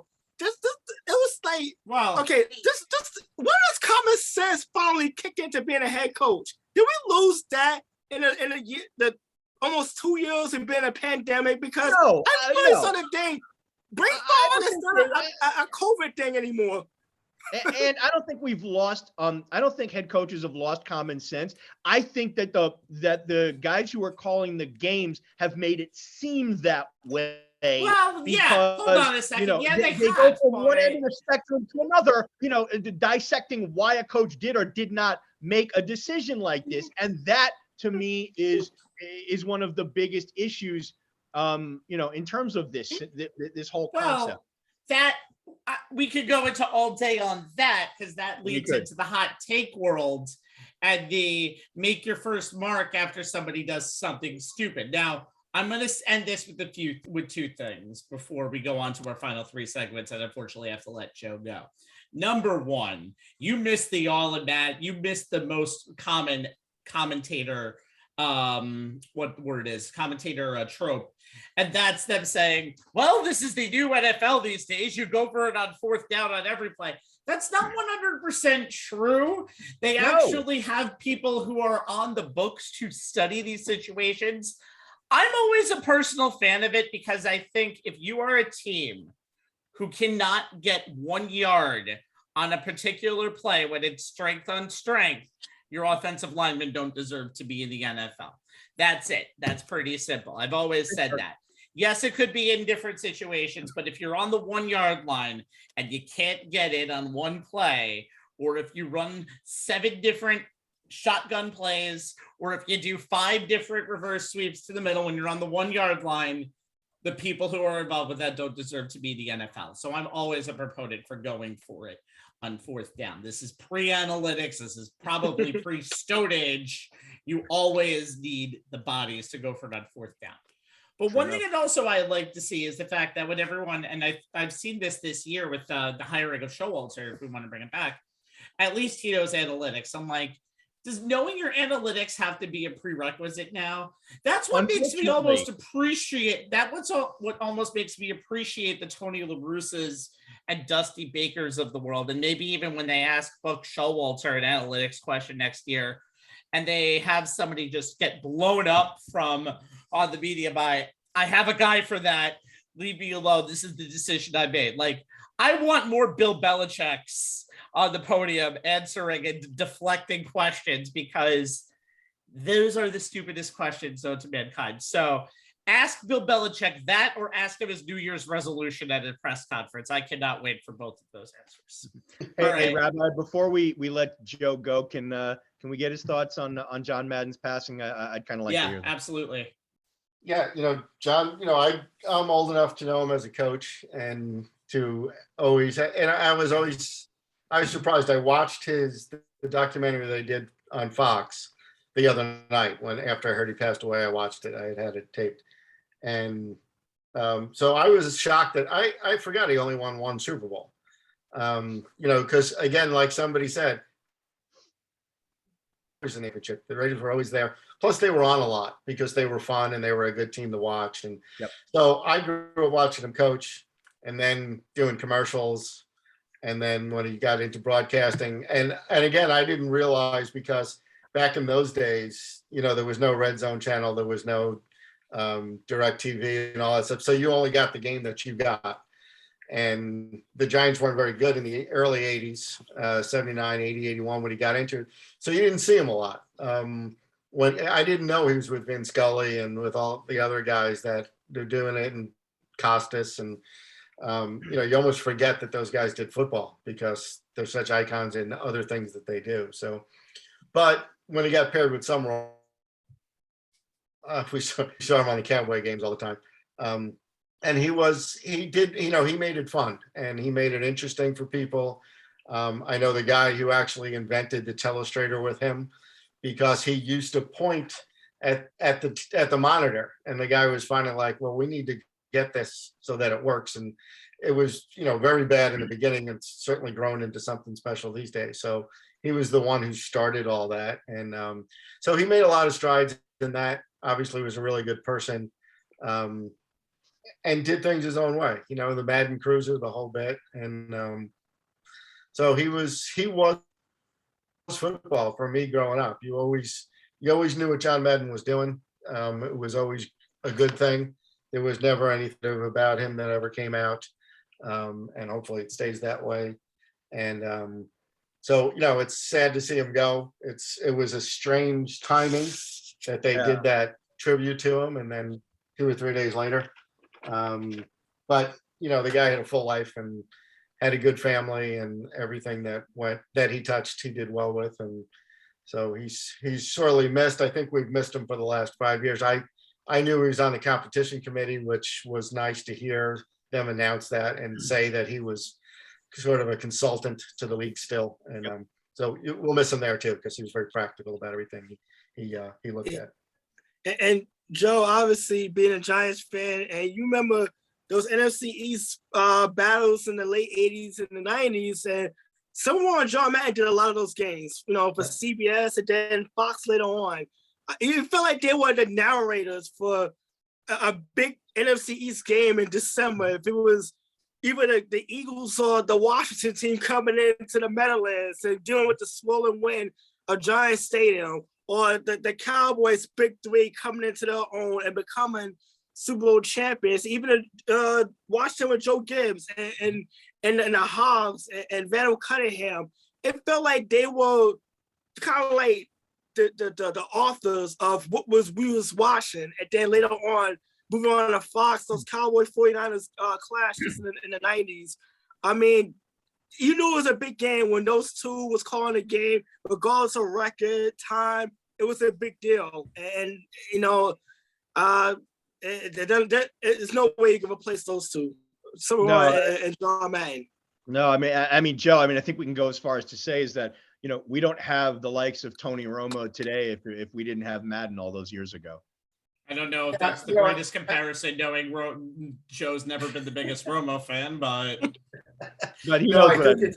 I think it's funny that what Anthony said is, when you knew Summerall, who again was an ex-Giant also, so that was kind of nice because we knew him from all those years. When you heard it was Summerall and Madden, you were happy. Now when you hear it's Buck and Aikman, you're pissed off. You're like, are these idiots all day? Or it's Nance and Romo, you're like, oh my God, really?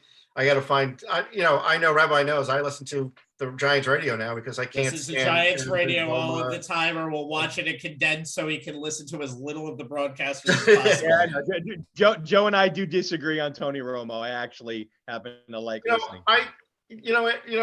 I'll say this. I don't mind Tony. It's Nance that I can't stand, as you know. That's fair. And he tries to bring him into things that even Tony at times will go, well, let's talk about that later. The play's about to go. Like, why are we talking about Twitter and this and that and what the guy said? Let me talk about what's on the field. And of course, Nance has no idea what's going on at this point. And Tony at least does wait for the review most of the time. He blew one last week where he's asked why the clock stopped when the guy ran out of bounds. So I think he's getting too much into all the other stuff too. He's very good with depth. I don't think that any of these guys are worth the money they're getting paid, especially Troy going over to Amazon, who can't hold a thought or finish a sentence. But people like that, and that's fine. But to me, it's not Tony. It's Nance. I can't. But before we get into an NFL announcing review, and that's on our next pod. No, I'm kidding. I will say this about the Madden Summerall pairing before we go.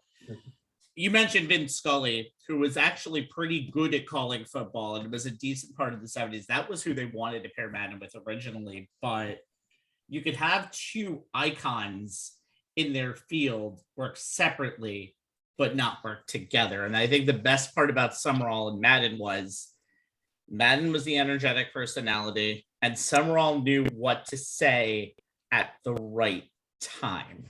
He was always the most pretty simple speaker, but he could always throw a comic antidote in at the right time. Like basically Nate, I'm sure many times Madden was talking something about Nate Newton because he loved the big offensive lineman.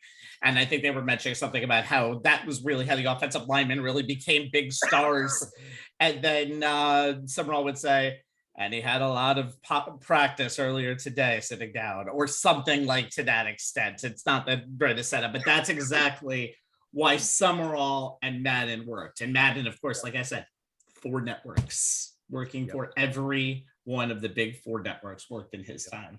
Yeah, and it was odd because, Summerall had a very good partner in Tom Brookshire. And Brookshire was an ex-player. He was a defensive back for Washington, and they were very good together. And it was tough to break those guys up because they were very good friends and they were very close. And I don't think Tom cared for the idea that they got broken up that much because he went on to then do games with he was then doing the second, third, fourth string games down the road. So those guys realize that, right? They understand that they're doing the number 1 game of the week, and those other guys aren't. Which is why when they did the Tuesday game, I wrote to Jay and said, "How did we get Chris Myers doing a game on Tuesday?"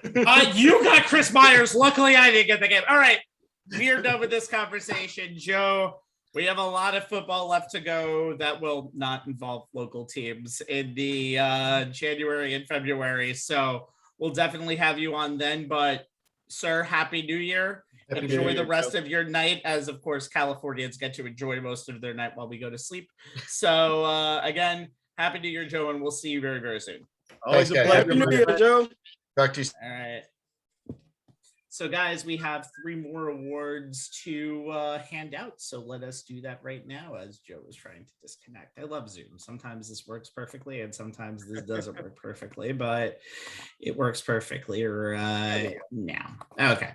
College. Teams with 7 games played were going for the college football CFP championship, Ohio State. The NCAA men basketball didn't leave the state of Indiana.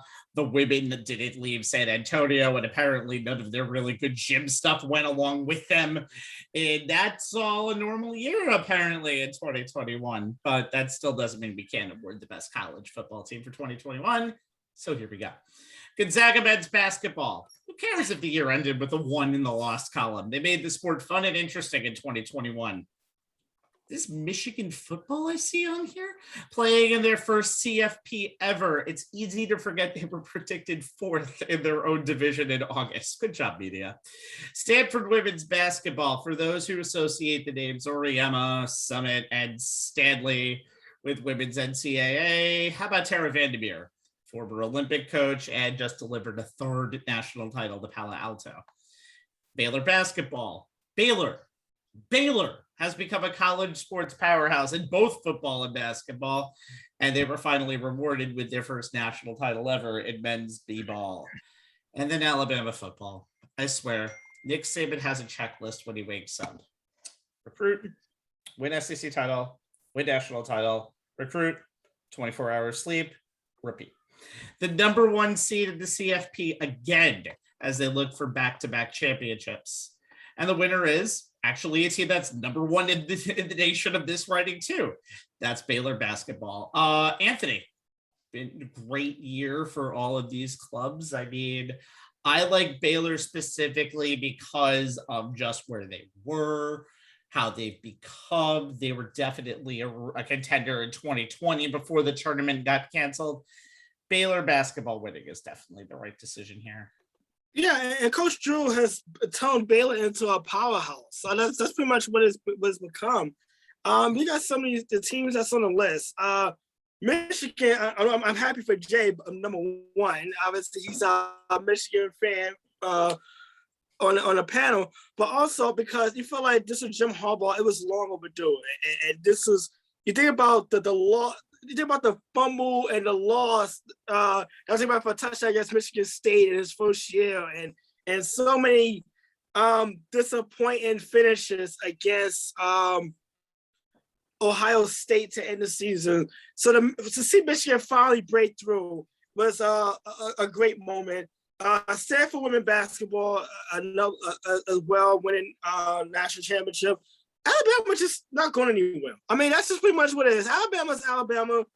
I'm surprised when they're not on this list as far as best college team. And if they're in like the one year that they missed the college football playoff, I feel like it was an aberration at this point. But unless you won it, it was definitely not an aberration. So well, it was an aberration. Bite your tongue. Yeah. But we got Baylor men's basketball, and I talked about them essentially doing our college basketball shows leading up to the NCAA tournament. And I talked about their big three. You know, it's Gerald Butler, Davion Mitchell, and Massimo Teague. That was kind of like a three-headed monster that we all felt was going to give a team like Gonzaga, who was, while they were unbeaten and were trying to complete that first undefeated national championship season since UCLA years ago. Indiana. Okay. Indiana. And you think about the pressure being mounted. Think about how that national championship started out. Like Baylor jumped out to a 9-0 run, literally right out of the gate, and led by 10 at halftime. It really felt like Gonzaga never had the A game that night. They really struggled shooting the ball. And I talked about how Mitchell was a great leader, but really mainly his calling call was defense. And Jalen Suggs struggled in that game. I mean, that was pretty much what he was all about. It wasn't necessarily about his scoring or his playmaking ability as much as he just enjoyed shutting the other guy down as much as anyone. That's a guy I would want on my team in a heartbeat. But yeah, Scott Drew, the job he's done with Baylor, and I was just looking up the team history prior to we went on the air. I completely forgot they had issues going on as far as like there was a scandal in 2003. Then they had the probation period where they were limited in recruiting, and to see them slowly kind of build back up. And the pandemic took away 2020, and the tournament being postponed. So, 2021 to get that opportunity and really getting a crack at Gonzaga, because remember their regular season matchup was postponed because of COVID, and to finally see them kind of pair up to who's the best team in the country, and Baylor proved that resoundingly. So I mean, just look at what they're able to do in the top 25 ranked again this year. Scott Drew number one right now. Number one. I mean, Scott Drew has just done a tremendous job with this program, and it's going to be interesting to see what happens comes March when we are again talking about college basketball, and maybe in a studio at some point. I forgot what one looked like, but yeah, maybe at some point we'd be able to do it in a studio. But until then, it's going to be interesting to see how the college basketball season play out by the defending national champs. I don't know exactly how to feel about this award. I think Baylor basketball winning is the right choice, though, because of all the stuff. Dave Bliss was a cancer to this program, and that was the coach that covered up the shooting. And that's exactly why Baylor basketball was in the dumps for so long. When you look and see how Baylor has just changed dramatically to Matt Rule, when he did with Baylor football before going to Carolina. And now Dave Aranda. Baylor just won the Big 12 title in football this year, something it almost seems like it was the birthright of Oklahoma for year after year after year. Kansas was the birthright of college basketball, winning in the Big 12 here. And now Baylor has almost put their flag down on the Big 12. I think Baylor basketball is the right decision for this. What they did in the NCAA tournament, especially in their final 3 games, their game against Arkansas in the regionals was really good and one of the best games to see during the tournament. And then the blowouts at Houston and Gonzaga in the national championship and final 4 games. This Baylor team, anybody who you put in their way was pretty much an afterthought that they were going to get mowed down. This is a team that has dripped talent, Seth Rollins like drip talent, for many a year now. And it was good to see this team finally pay off. Just mentioning the rest of the nominees really quick. Gonzaga men's basketball, great run. It's very disappointing to see them lose the national title. I would have loved to see an undefeated season, but I think a lot of the wear and tear caught them. Michigan football, we'll see what they do tomorrow night. But again, from where they were to where they are, and Jay can talk about it in a second, the complete remodeling of this school's offensive philosophy is amazing. And the fact that they have a defensive coordinator that is younger than all 3 of us at the ripe old age of 34 is kind of sad. It makes me again wonder what I've done for the rest of my life. And Alabama football, the highs and lows of this year, but obviously we'll take the biggest high of highs, and that's getting to beat down Georgia like basically that they owe the money in the SEC championship game. And the year Bryce Young had, and we're going to talk about Bryce in a little bit, spoiler alert. I think all of these nominees are deserving. Stanford women's basketball winning national championship.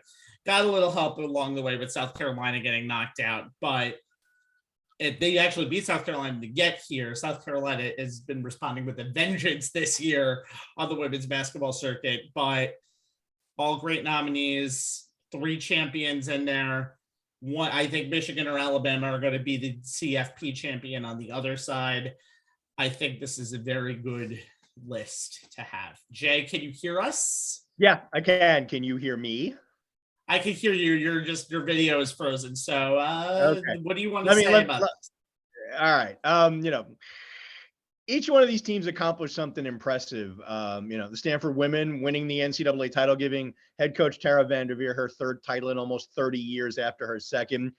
Michigan, and I'm going to continue to enjoy saying these words, beat Ohio State for the first time under Jim Harbaugh. They also won the Big Ten and made the CFP all for the first time under Harbaugh. And the comments about Harbaugh remaking the team, the offense, the defense, all, I have to give him credit for looking in the mirror and realizing that he had to make these changes. Alabama gave Nick Saban his record-setting 7th national title as a head coach, and they have a chance to give him his 8th career title and 7th at Alabama, which would break the tie he currently has with the legendary Bear Bryant. I have a feeling that if the Tide had gone undefeated this season and beaten Georgia in the SEC title game, they might have won this award again. Gonzaga, led by Drew Timme, Jalen Suggs, and Corey Kispert, was so much fun to watch as they ran roughshod through the regular season, undefeated, all the way up to the national championship game where they lost to Baylor. In the national title game, we all wanted to see, as these 2 teams had been 1-2 in the polls until Baylor had to pause their program for 3 weeks due to COVID. I think if the Zags had completed a perfect season, it would have been the first in men's college basketball since Bobby Knight's Indiana Hoosiers in 1976. They might have won this award. As it is, what Scott Drew and his Baylor Bears managed to do in a season marred by that 3-week COVID pause is pretty remarkable, and their complete shutdown of the Zags in the national title game is the capper to that remarkable season, and they are well deserving of being our college team of the year. Agreed, and I hope to hear them. I hope to not hear the words COVID pause too much in 2021 too. All right. Amen to that. Now for the best team of the pro side. These are teams that had to wait a combined 95 years for their titles. It's amazing the struggle some of these teams have gone through. The Milwaukee Bucks, 50 years in the making. Destroy the Heat, outlast the Nets, and put out the Cinderella flames of the Hawks and Suns to bring a title to Titletown. technically. It's not too far from Green Bay. The Atlanta Braves, 88 wins, a history of playoff choking, and knock both of those out. Brewers, Dodgers, Astros. The Braves trade to their first world title in 26 years. Then we have the Tampa Bay Buccaneers, 18 years in the making. But when you go from not winning a playoff game in those 18 years, not one, to running off 4 against the Washington football team, the Saints, the Packers, and the Chiefs, and you do all 4 of them on the road, although technically you were the road team in your home stadium in the last one, we still take notice. And then there's the Tampa Bay Delight, the Tampa Bay Lightning, after waiting a whole year, actually just 9 months because of the bubble. The Panthers, the Hurricanes, the Islanders, and the Canadiens, they got bowled over by the NHL's newest dynasty. And I guess all of those years in the making don't mean shit to you guys because the winners are the back-to-back Stanley Cup champion Tampa Bay Lightning. I hate you all. I'm going to go first on this one. I love what the Lightning did this year. I appreciate this run that they're going through. I do think with the amount of teams that we have in the playoffs, 16 out of 30 make it. I think they were very, I would say, strategic with how they were putting together their regular season lineup and keeping people like Nikita Kucherov off, letting them do their extended rehab and then getting them back for the postseason. They've done this a couple of times, but you know what? It's a formula that works. It works very, very well. They don't have to also put that money on the cap until the postseason. And that's kind of one of the reasons why I think the Lightning are where they are now. I think though also they're just a dominant team. As Jay said, they're now leading the NHL in points again. And they go through a hellacious schedule. You're playing teams. You were in division last year with Carolina, who almost is one of the most talented teams. They're back in the Metropolitan now, but you have the Panthers. You have just all of these teams. You have the Islanders, who I said are one of the most consistent teams out there. And then the Canadiens were no match for them in the Stanley Cup Finals. I think the Lightning have pulled together a great collection of players. And as Anthony said, just 2 to 3 years ago, they were the joke of the Keaton Thompson joke of not winning a damn game after having the President's Trophy. And I have to say, the joke, of course, being they set a NHL regular season record with 60 regular season wins and tied an NHL record with the least amount of playoff wins with 0. And it's great to see the Lightning where they are now as an organization from just the laughingstock that they were at times in the 90s and pre-2000 NHL Stanley Cup. Bucks, great story. Good to see the other team at Tampa Bay. That's a team that always goes back to the orange creamsicles, and then that's probably one of the best major modern transformations in history, because I seem to believe when they went to that new Buccaneer logo, that's when the winning began. And I think getting Tom Brady, upgrading from Jameis Winston to Tom Brady at the quarterback position, you make the playoffs, and you look good when you're in the playoffs when you have the most successful quarterback of all time at the helm. And it's no surprise that that's 10 Super Bowl appearances now for Tom Brady, and only the NFC East has been able to take him down. Atlanta Braves, amazing story. It shows that the playoffs were just a thing to them. I think they didn't even get into a situation where they were in a winner-take-all game. They won everything. They didn't get to a game 7. They didn't get to a game 5. Brewers were a better record team. Dodgers were a better record team. They did have to play them. They did have the home field advantage. Braves just look good throughout the whole way. But I think the Bucks, again, are a damn good choice for this award as well. Just what Coach Bud has built these last few years and what this team had to overcome narrative-wise. You look at what they were doing in the choke against the Raptors in 2019 when they led that series 2-0, and then the Raptors won the next 4. They had the home court advantage, and they just did not look the part in that Eastern Conference Finals. The bubble series against the Miami Heat, everything that could go wrong went wrong with them, and then obviously this year, it's a lot different. They could have had their do or die moments, especially in that Nets series when it just looked like if you saw that game 5, where it was basically just Durant beating them, or that game 1 and 2 where they just didn't look like a playoff team and looked dead to everybody. The Milwaukee Bucks just overcame. They lost game 1 of the Eastern Conference Finals to Atlanta. But you know what? All 4 of these nominees deserve it. I probably would have gone with the Bucks, but the Lightning can't beat a dynasty. I'll tell you. Let's send it to Jay this time. Yeah, I mean, it's funny how a team that didn't win our most memorable NHL moment or even place a finalist in our Coach of the Year balloting wound up winning our award for Best Pro Team of 2021. The NHL has always had their dynasties, with the Detroit Red Wings being the most recent, the Montreal Canadiens being the most prolific, and now you've got the Lightning. As we said earlier, and Rabbi just mentioned it again, what the Atlanta Braves had to overcome to win the World Series was a script that Hollywood wouldn't have written. And if you doubt it, read Jason Stark's Year in Strange but True piece from The Athletic from December 29th, in which he has Atlanta as the strangest but truest team of the year for their journey to the title. We talked about what the Tampa Bay Buccaneers did in winning the Super Bowl in both our Coach of the Year segment, and we'll probably do it again in our Athlete of the Year segment. Yeah, that's a bit of a spoiler that will surprise no one, Rabbi.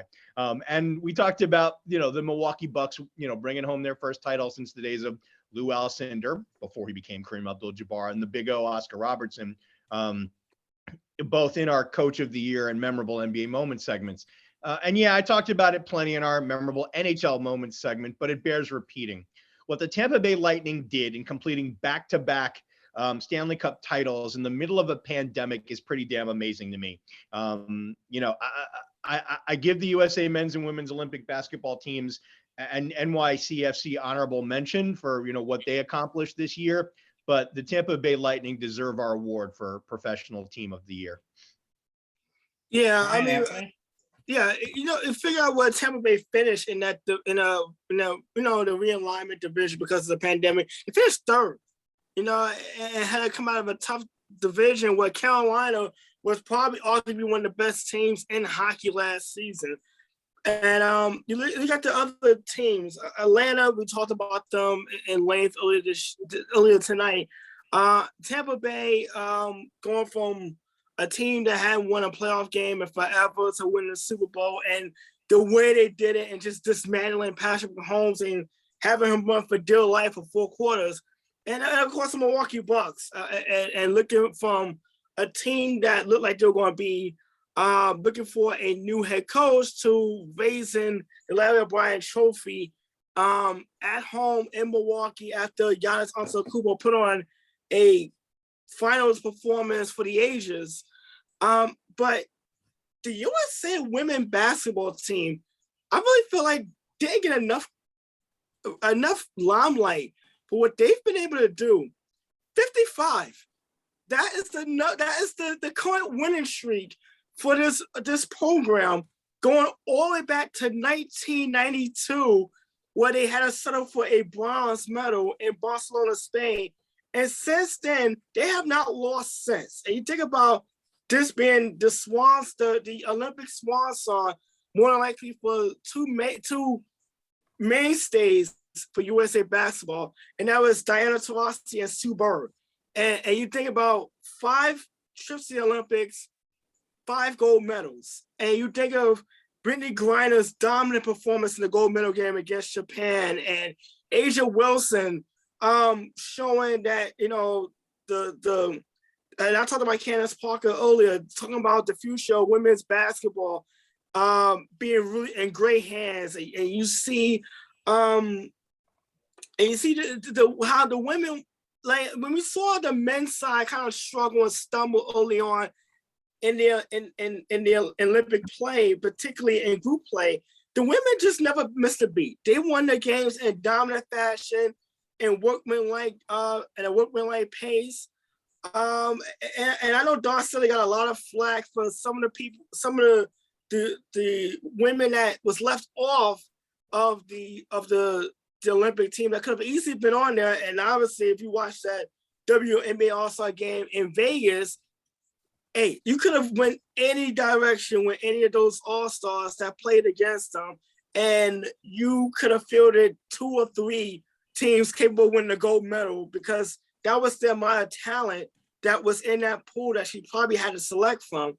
But she did a tremendous job putting the team together based on how the team was going to be structured, for its chemistry, for its lineup changes. And you saw it play out all throughout the entire Olympic run. And right now, 55 game winning streak dating back to almost 20 years.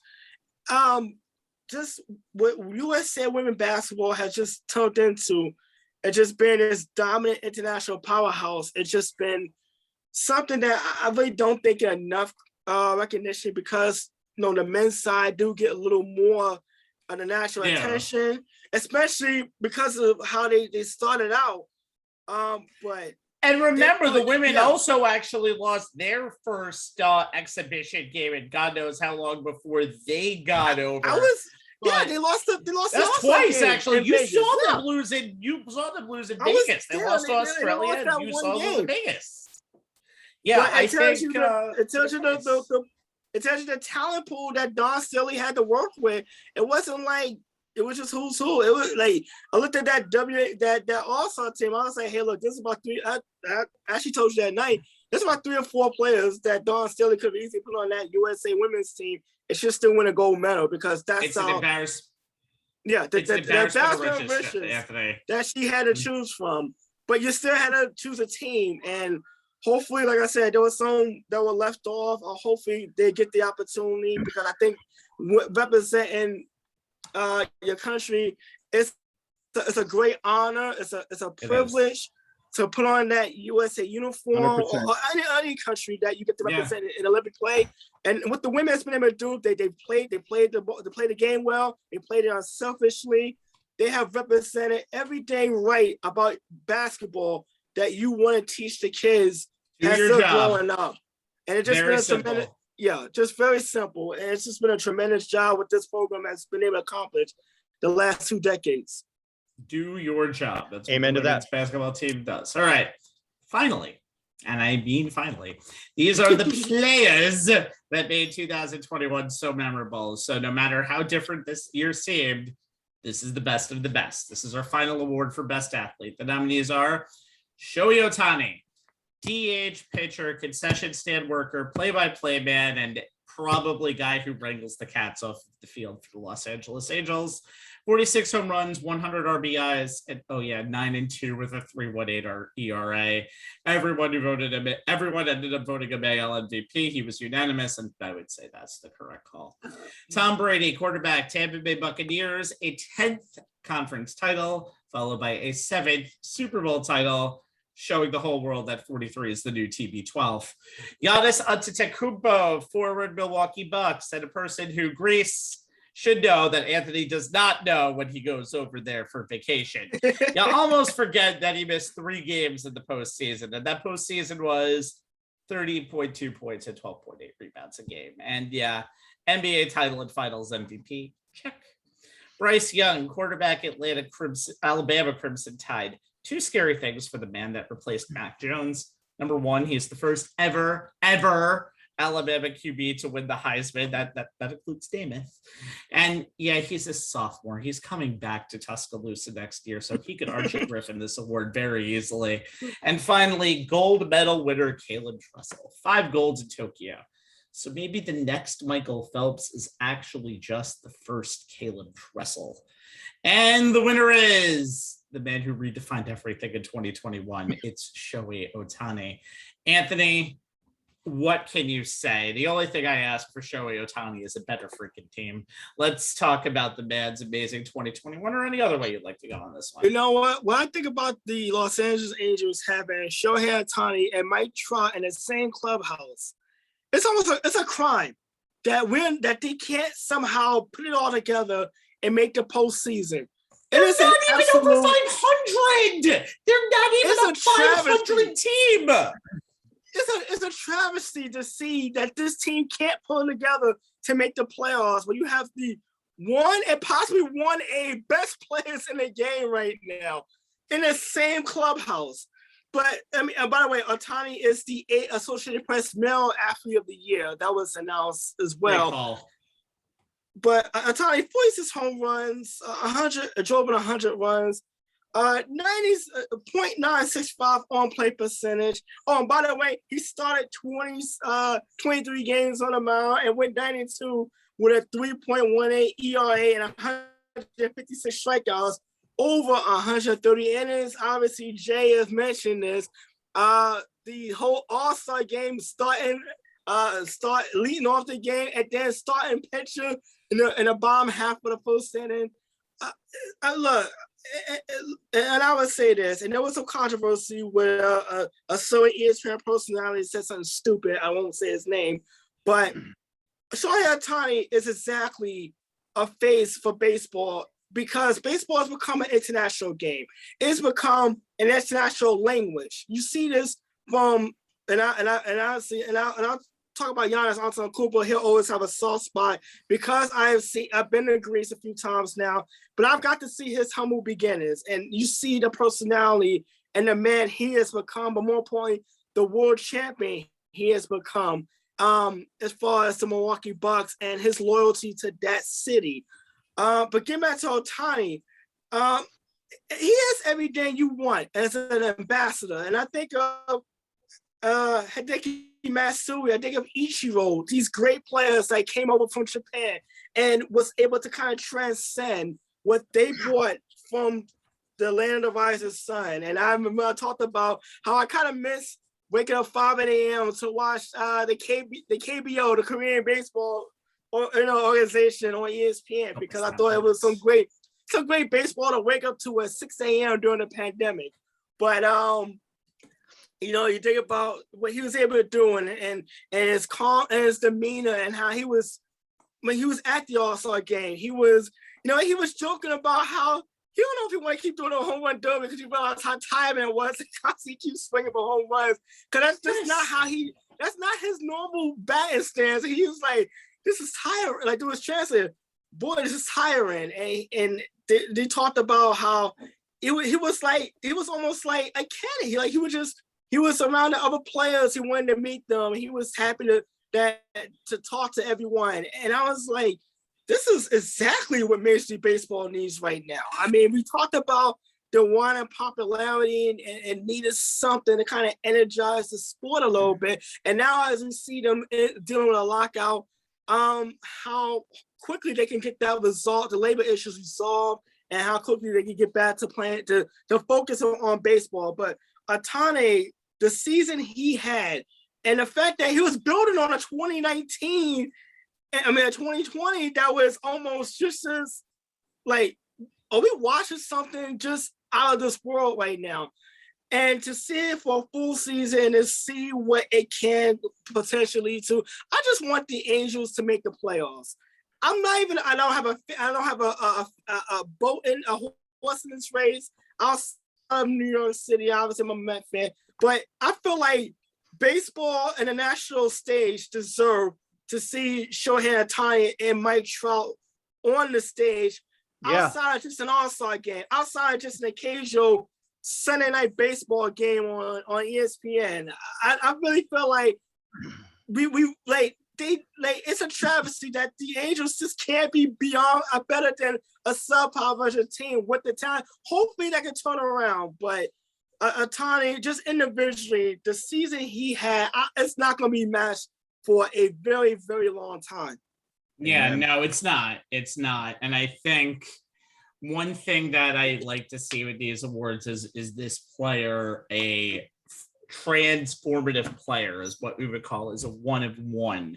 Is there anybody like him? I kind of just said it with the Caleb Dressel thing. He can be the first Caleb Dressel. And I think when you have as much hype as you did going into that Olympics, and the first Olympics where Michael Phelps was only there as a broadcaster and not as an actual participant, he did a damn good job winning 5 golds. What he is into short track swimming or fast swimming is what Katie Ledecky is to long swimming. And Caleb has got a long way to go, and he might break some of Phelps's records. What can you say about Bryce Young and what he did, especially in his final 2 games, or really 1.5, in that second half against Auburn, and then in that entire SEC championship game? Bryce might be the most talented Alabama quarterback that Alabama has had, and fits well in the systems that he has. So you have a situation where you're going to see him back next year, and he might be back on this list again next year. Again, he could very well Archie Griffin and win this Heisman Award for a second time. We've talked about Giannis the entire night, the transformation that he did in the playoffs from being that regular season MVP guy, won back-to-back, and it didn't seem like anybody wanted to vote him again for a third time because they said, do it in the playoffs. Well, guess what? He did it in the playoffs. He did exactly what he needed to do in the playoffs. You can bitch about the competition all that you want. It wasn't a healthy Laker team. No, Giannis took over the games himself, and he did it injured, especially in the NBA Finals. What can you say about Tom Brady? He is a natural leader. He is a man who knows how to win, and he did it in the postseason with a group of guys who hadn't really won a lot. And guess what? When he got into the Super Bowl, who did he rely on? His friends, the guys who he pretty much brought to Tampa Bay. He brought Gronk to Tampa Bay. Gronk had 2 touchdowns. Antonio Brown got a touchdown in the Super Bowl, and Antonio Brown, as much as Jay hates him, continues to be a big part in the Tampa Bay offense today. Leonard Fournette was pretty much given for dead by a lot of teams. And Leonard Fournette, although he's on IR now, was a big part of that Super Bowl 55 win and was a very big part of this regular season, giving the Bucs a ground game. That only shows that Tom Brady is a leader as a quarterback. He's a leader as a guy who is now kind of the LeBron James of the NFL and bringing people to him now that he has left the shadow of New England.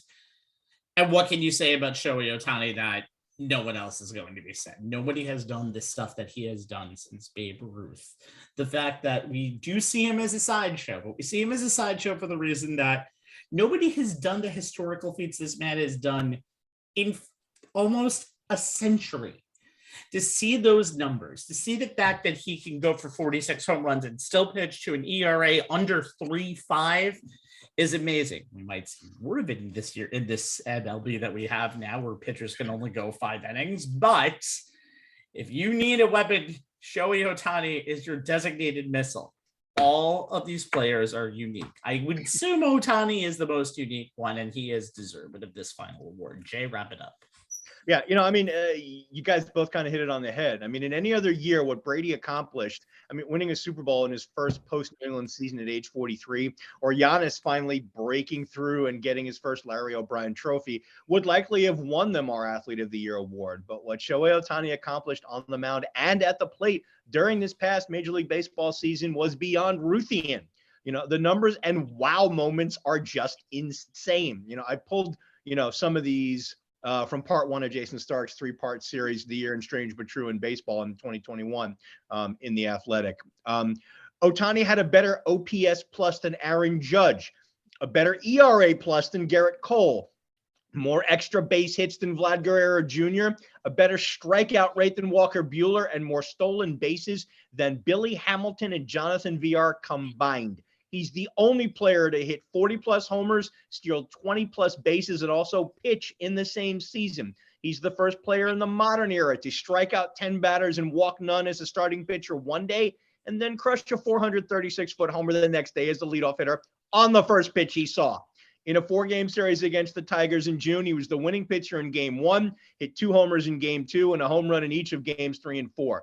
The Babe was the only member of that club until this season. Then there was another game, also against the Tigers, this time in August, when as the starting pitcher for the Angels, he also hit his 40th home run, which would have been crazy in and of itself, except he hit it in the 8th inning while he was still pitching, which is something we hadn't seen an AL starting pitcher do in an AL park in 50 years. And I'll end it with this stat, guys. The slugging percentage of those hitters who had the misfortune to bat against Ohtani this year was .351. Ohtani's slugging percentage was .592. What that means is when the season ended, if they'd forced Shohei Ohtani to take the mound and proceeded to allow a home run to the next 33 batters he faced in a row, those opposing hitters would still not have as high a slugging percentage as Ohtani had. That, in a nutshell, is why Shohei Ohtani is our Athlete of the Year. everything he did had us going, wow, and wondering if he was actually from this planet. Yeah, isn't it a luxury if you're the Angels manager that you have Shohei Ohtani as a starting pitcher and you don't have to pinch hit for him ever because he can hit for himself? Even like, he's the guy who can literally play all 162 games regardless. Even he's starting or he's a DH. Like, I mean, it's just unreal the flexibility that Ohtani can give your lineup because he literally can't play two different positions. And just unbelievable and actually be a starting pitcher. So it's just unreal. What we witnessed out of this guy in 2021. Well, Joe Madden doesn't know how to manage anyway, so why would he even need to? I know he won a World Series, but he won it without managing. And the Cubs, so I give him a little credit.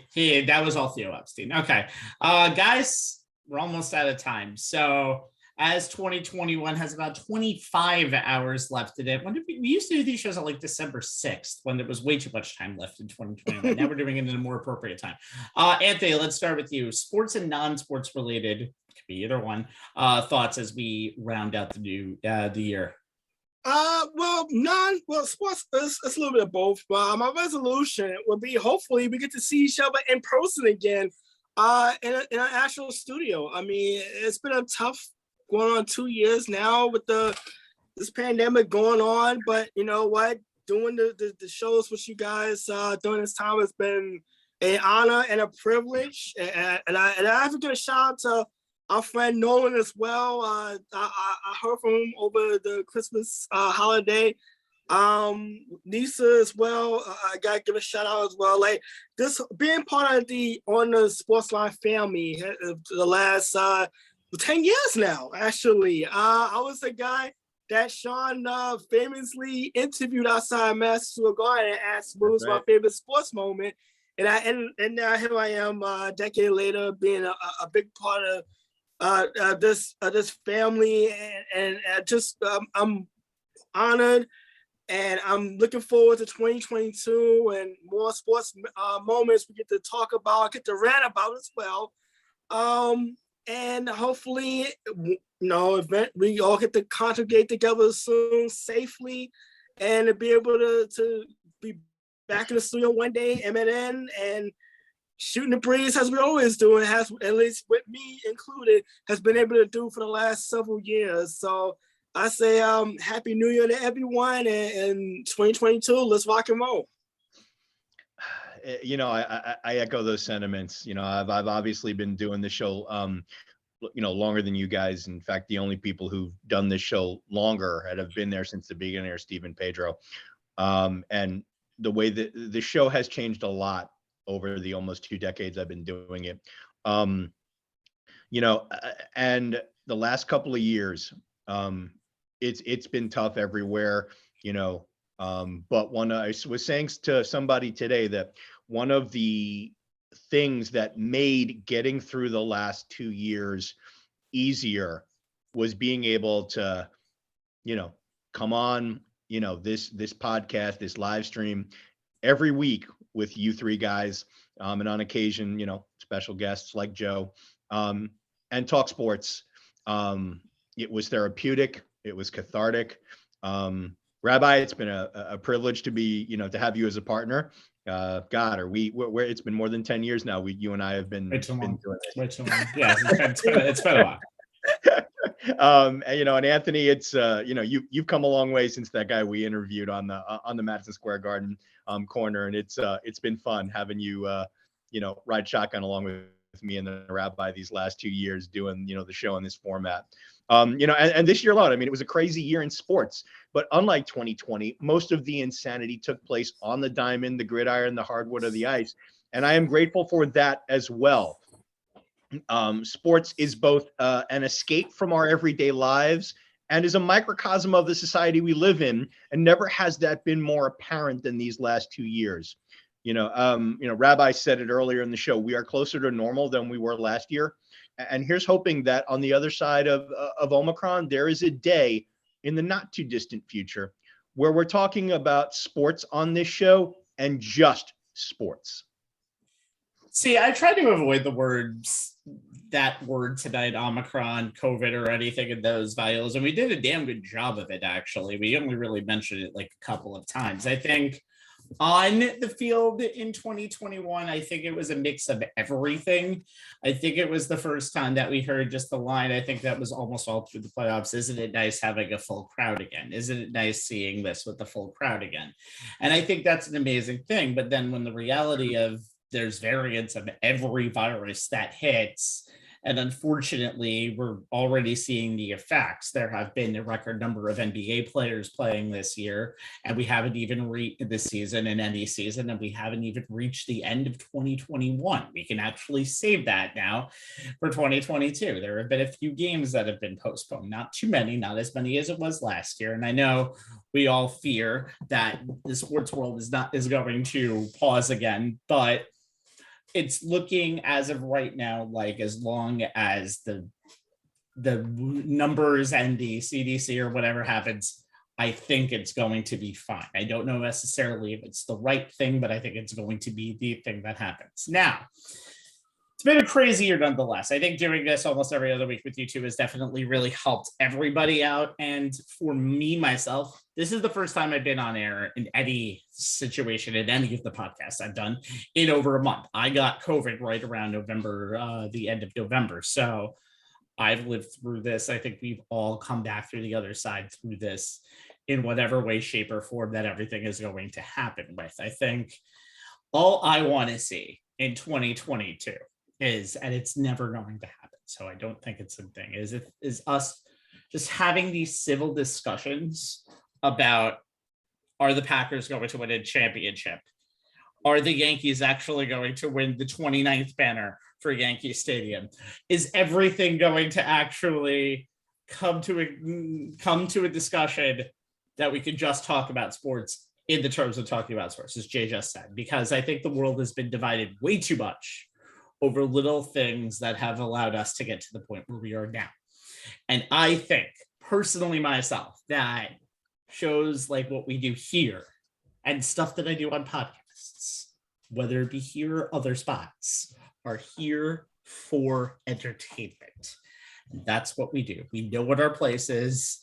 You don't come to us for politics. You don't come to me for a shotgun story. You come to me, or this place right here, for what you want, and that's sports.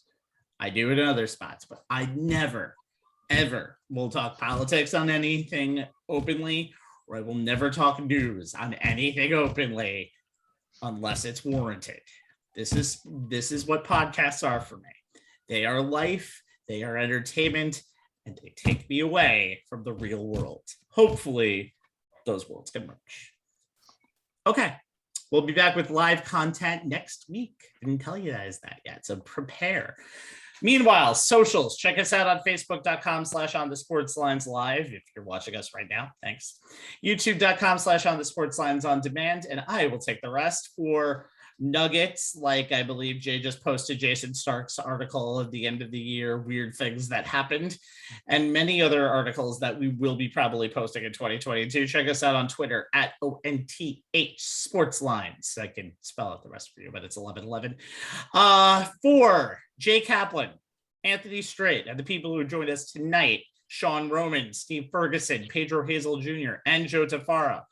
And for the people that we miss, for Nolan Toppin, who I haven't seen in person in God knows how long, and for Nisa Petrilli, who I've only seen in person a couple of times for God knows how long, my name is Stephen Rabinowitz. I bid you adieu. Happy New Year, guys. everybody. We don't have the scores, we don't have the champagne. I'm just clicking ends. Happy New Year, everybody. Happy New Year.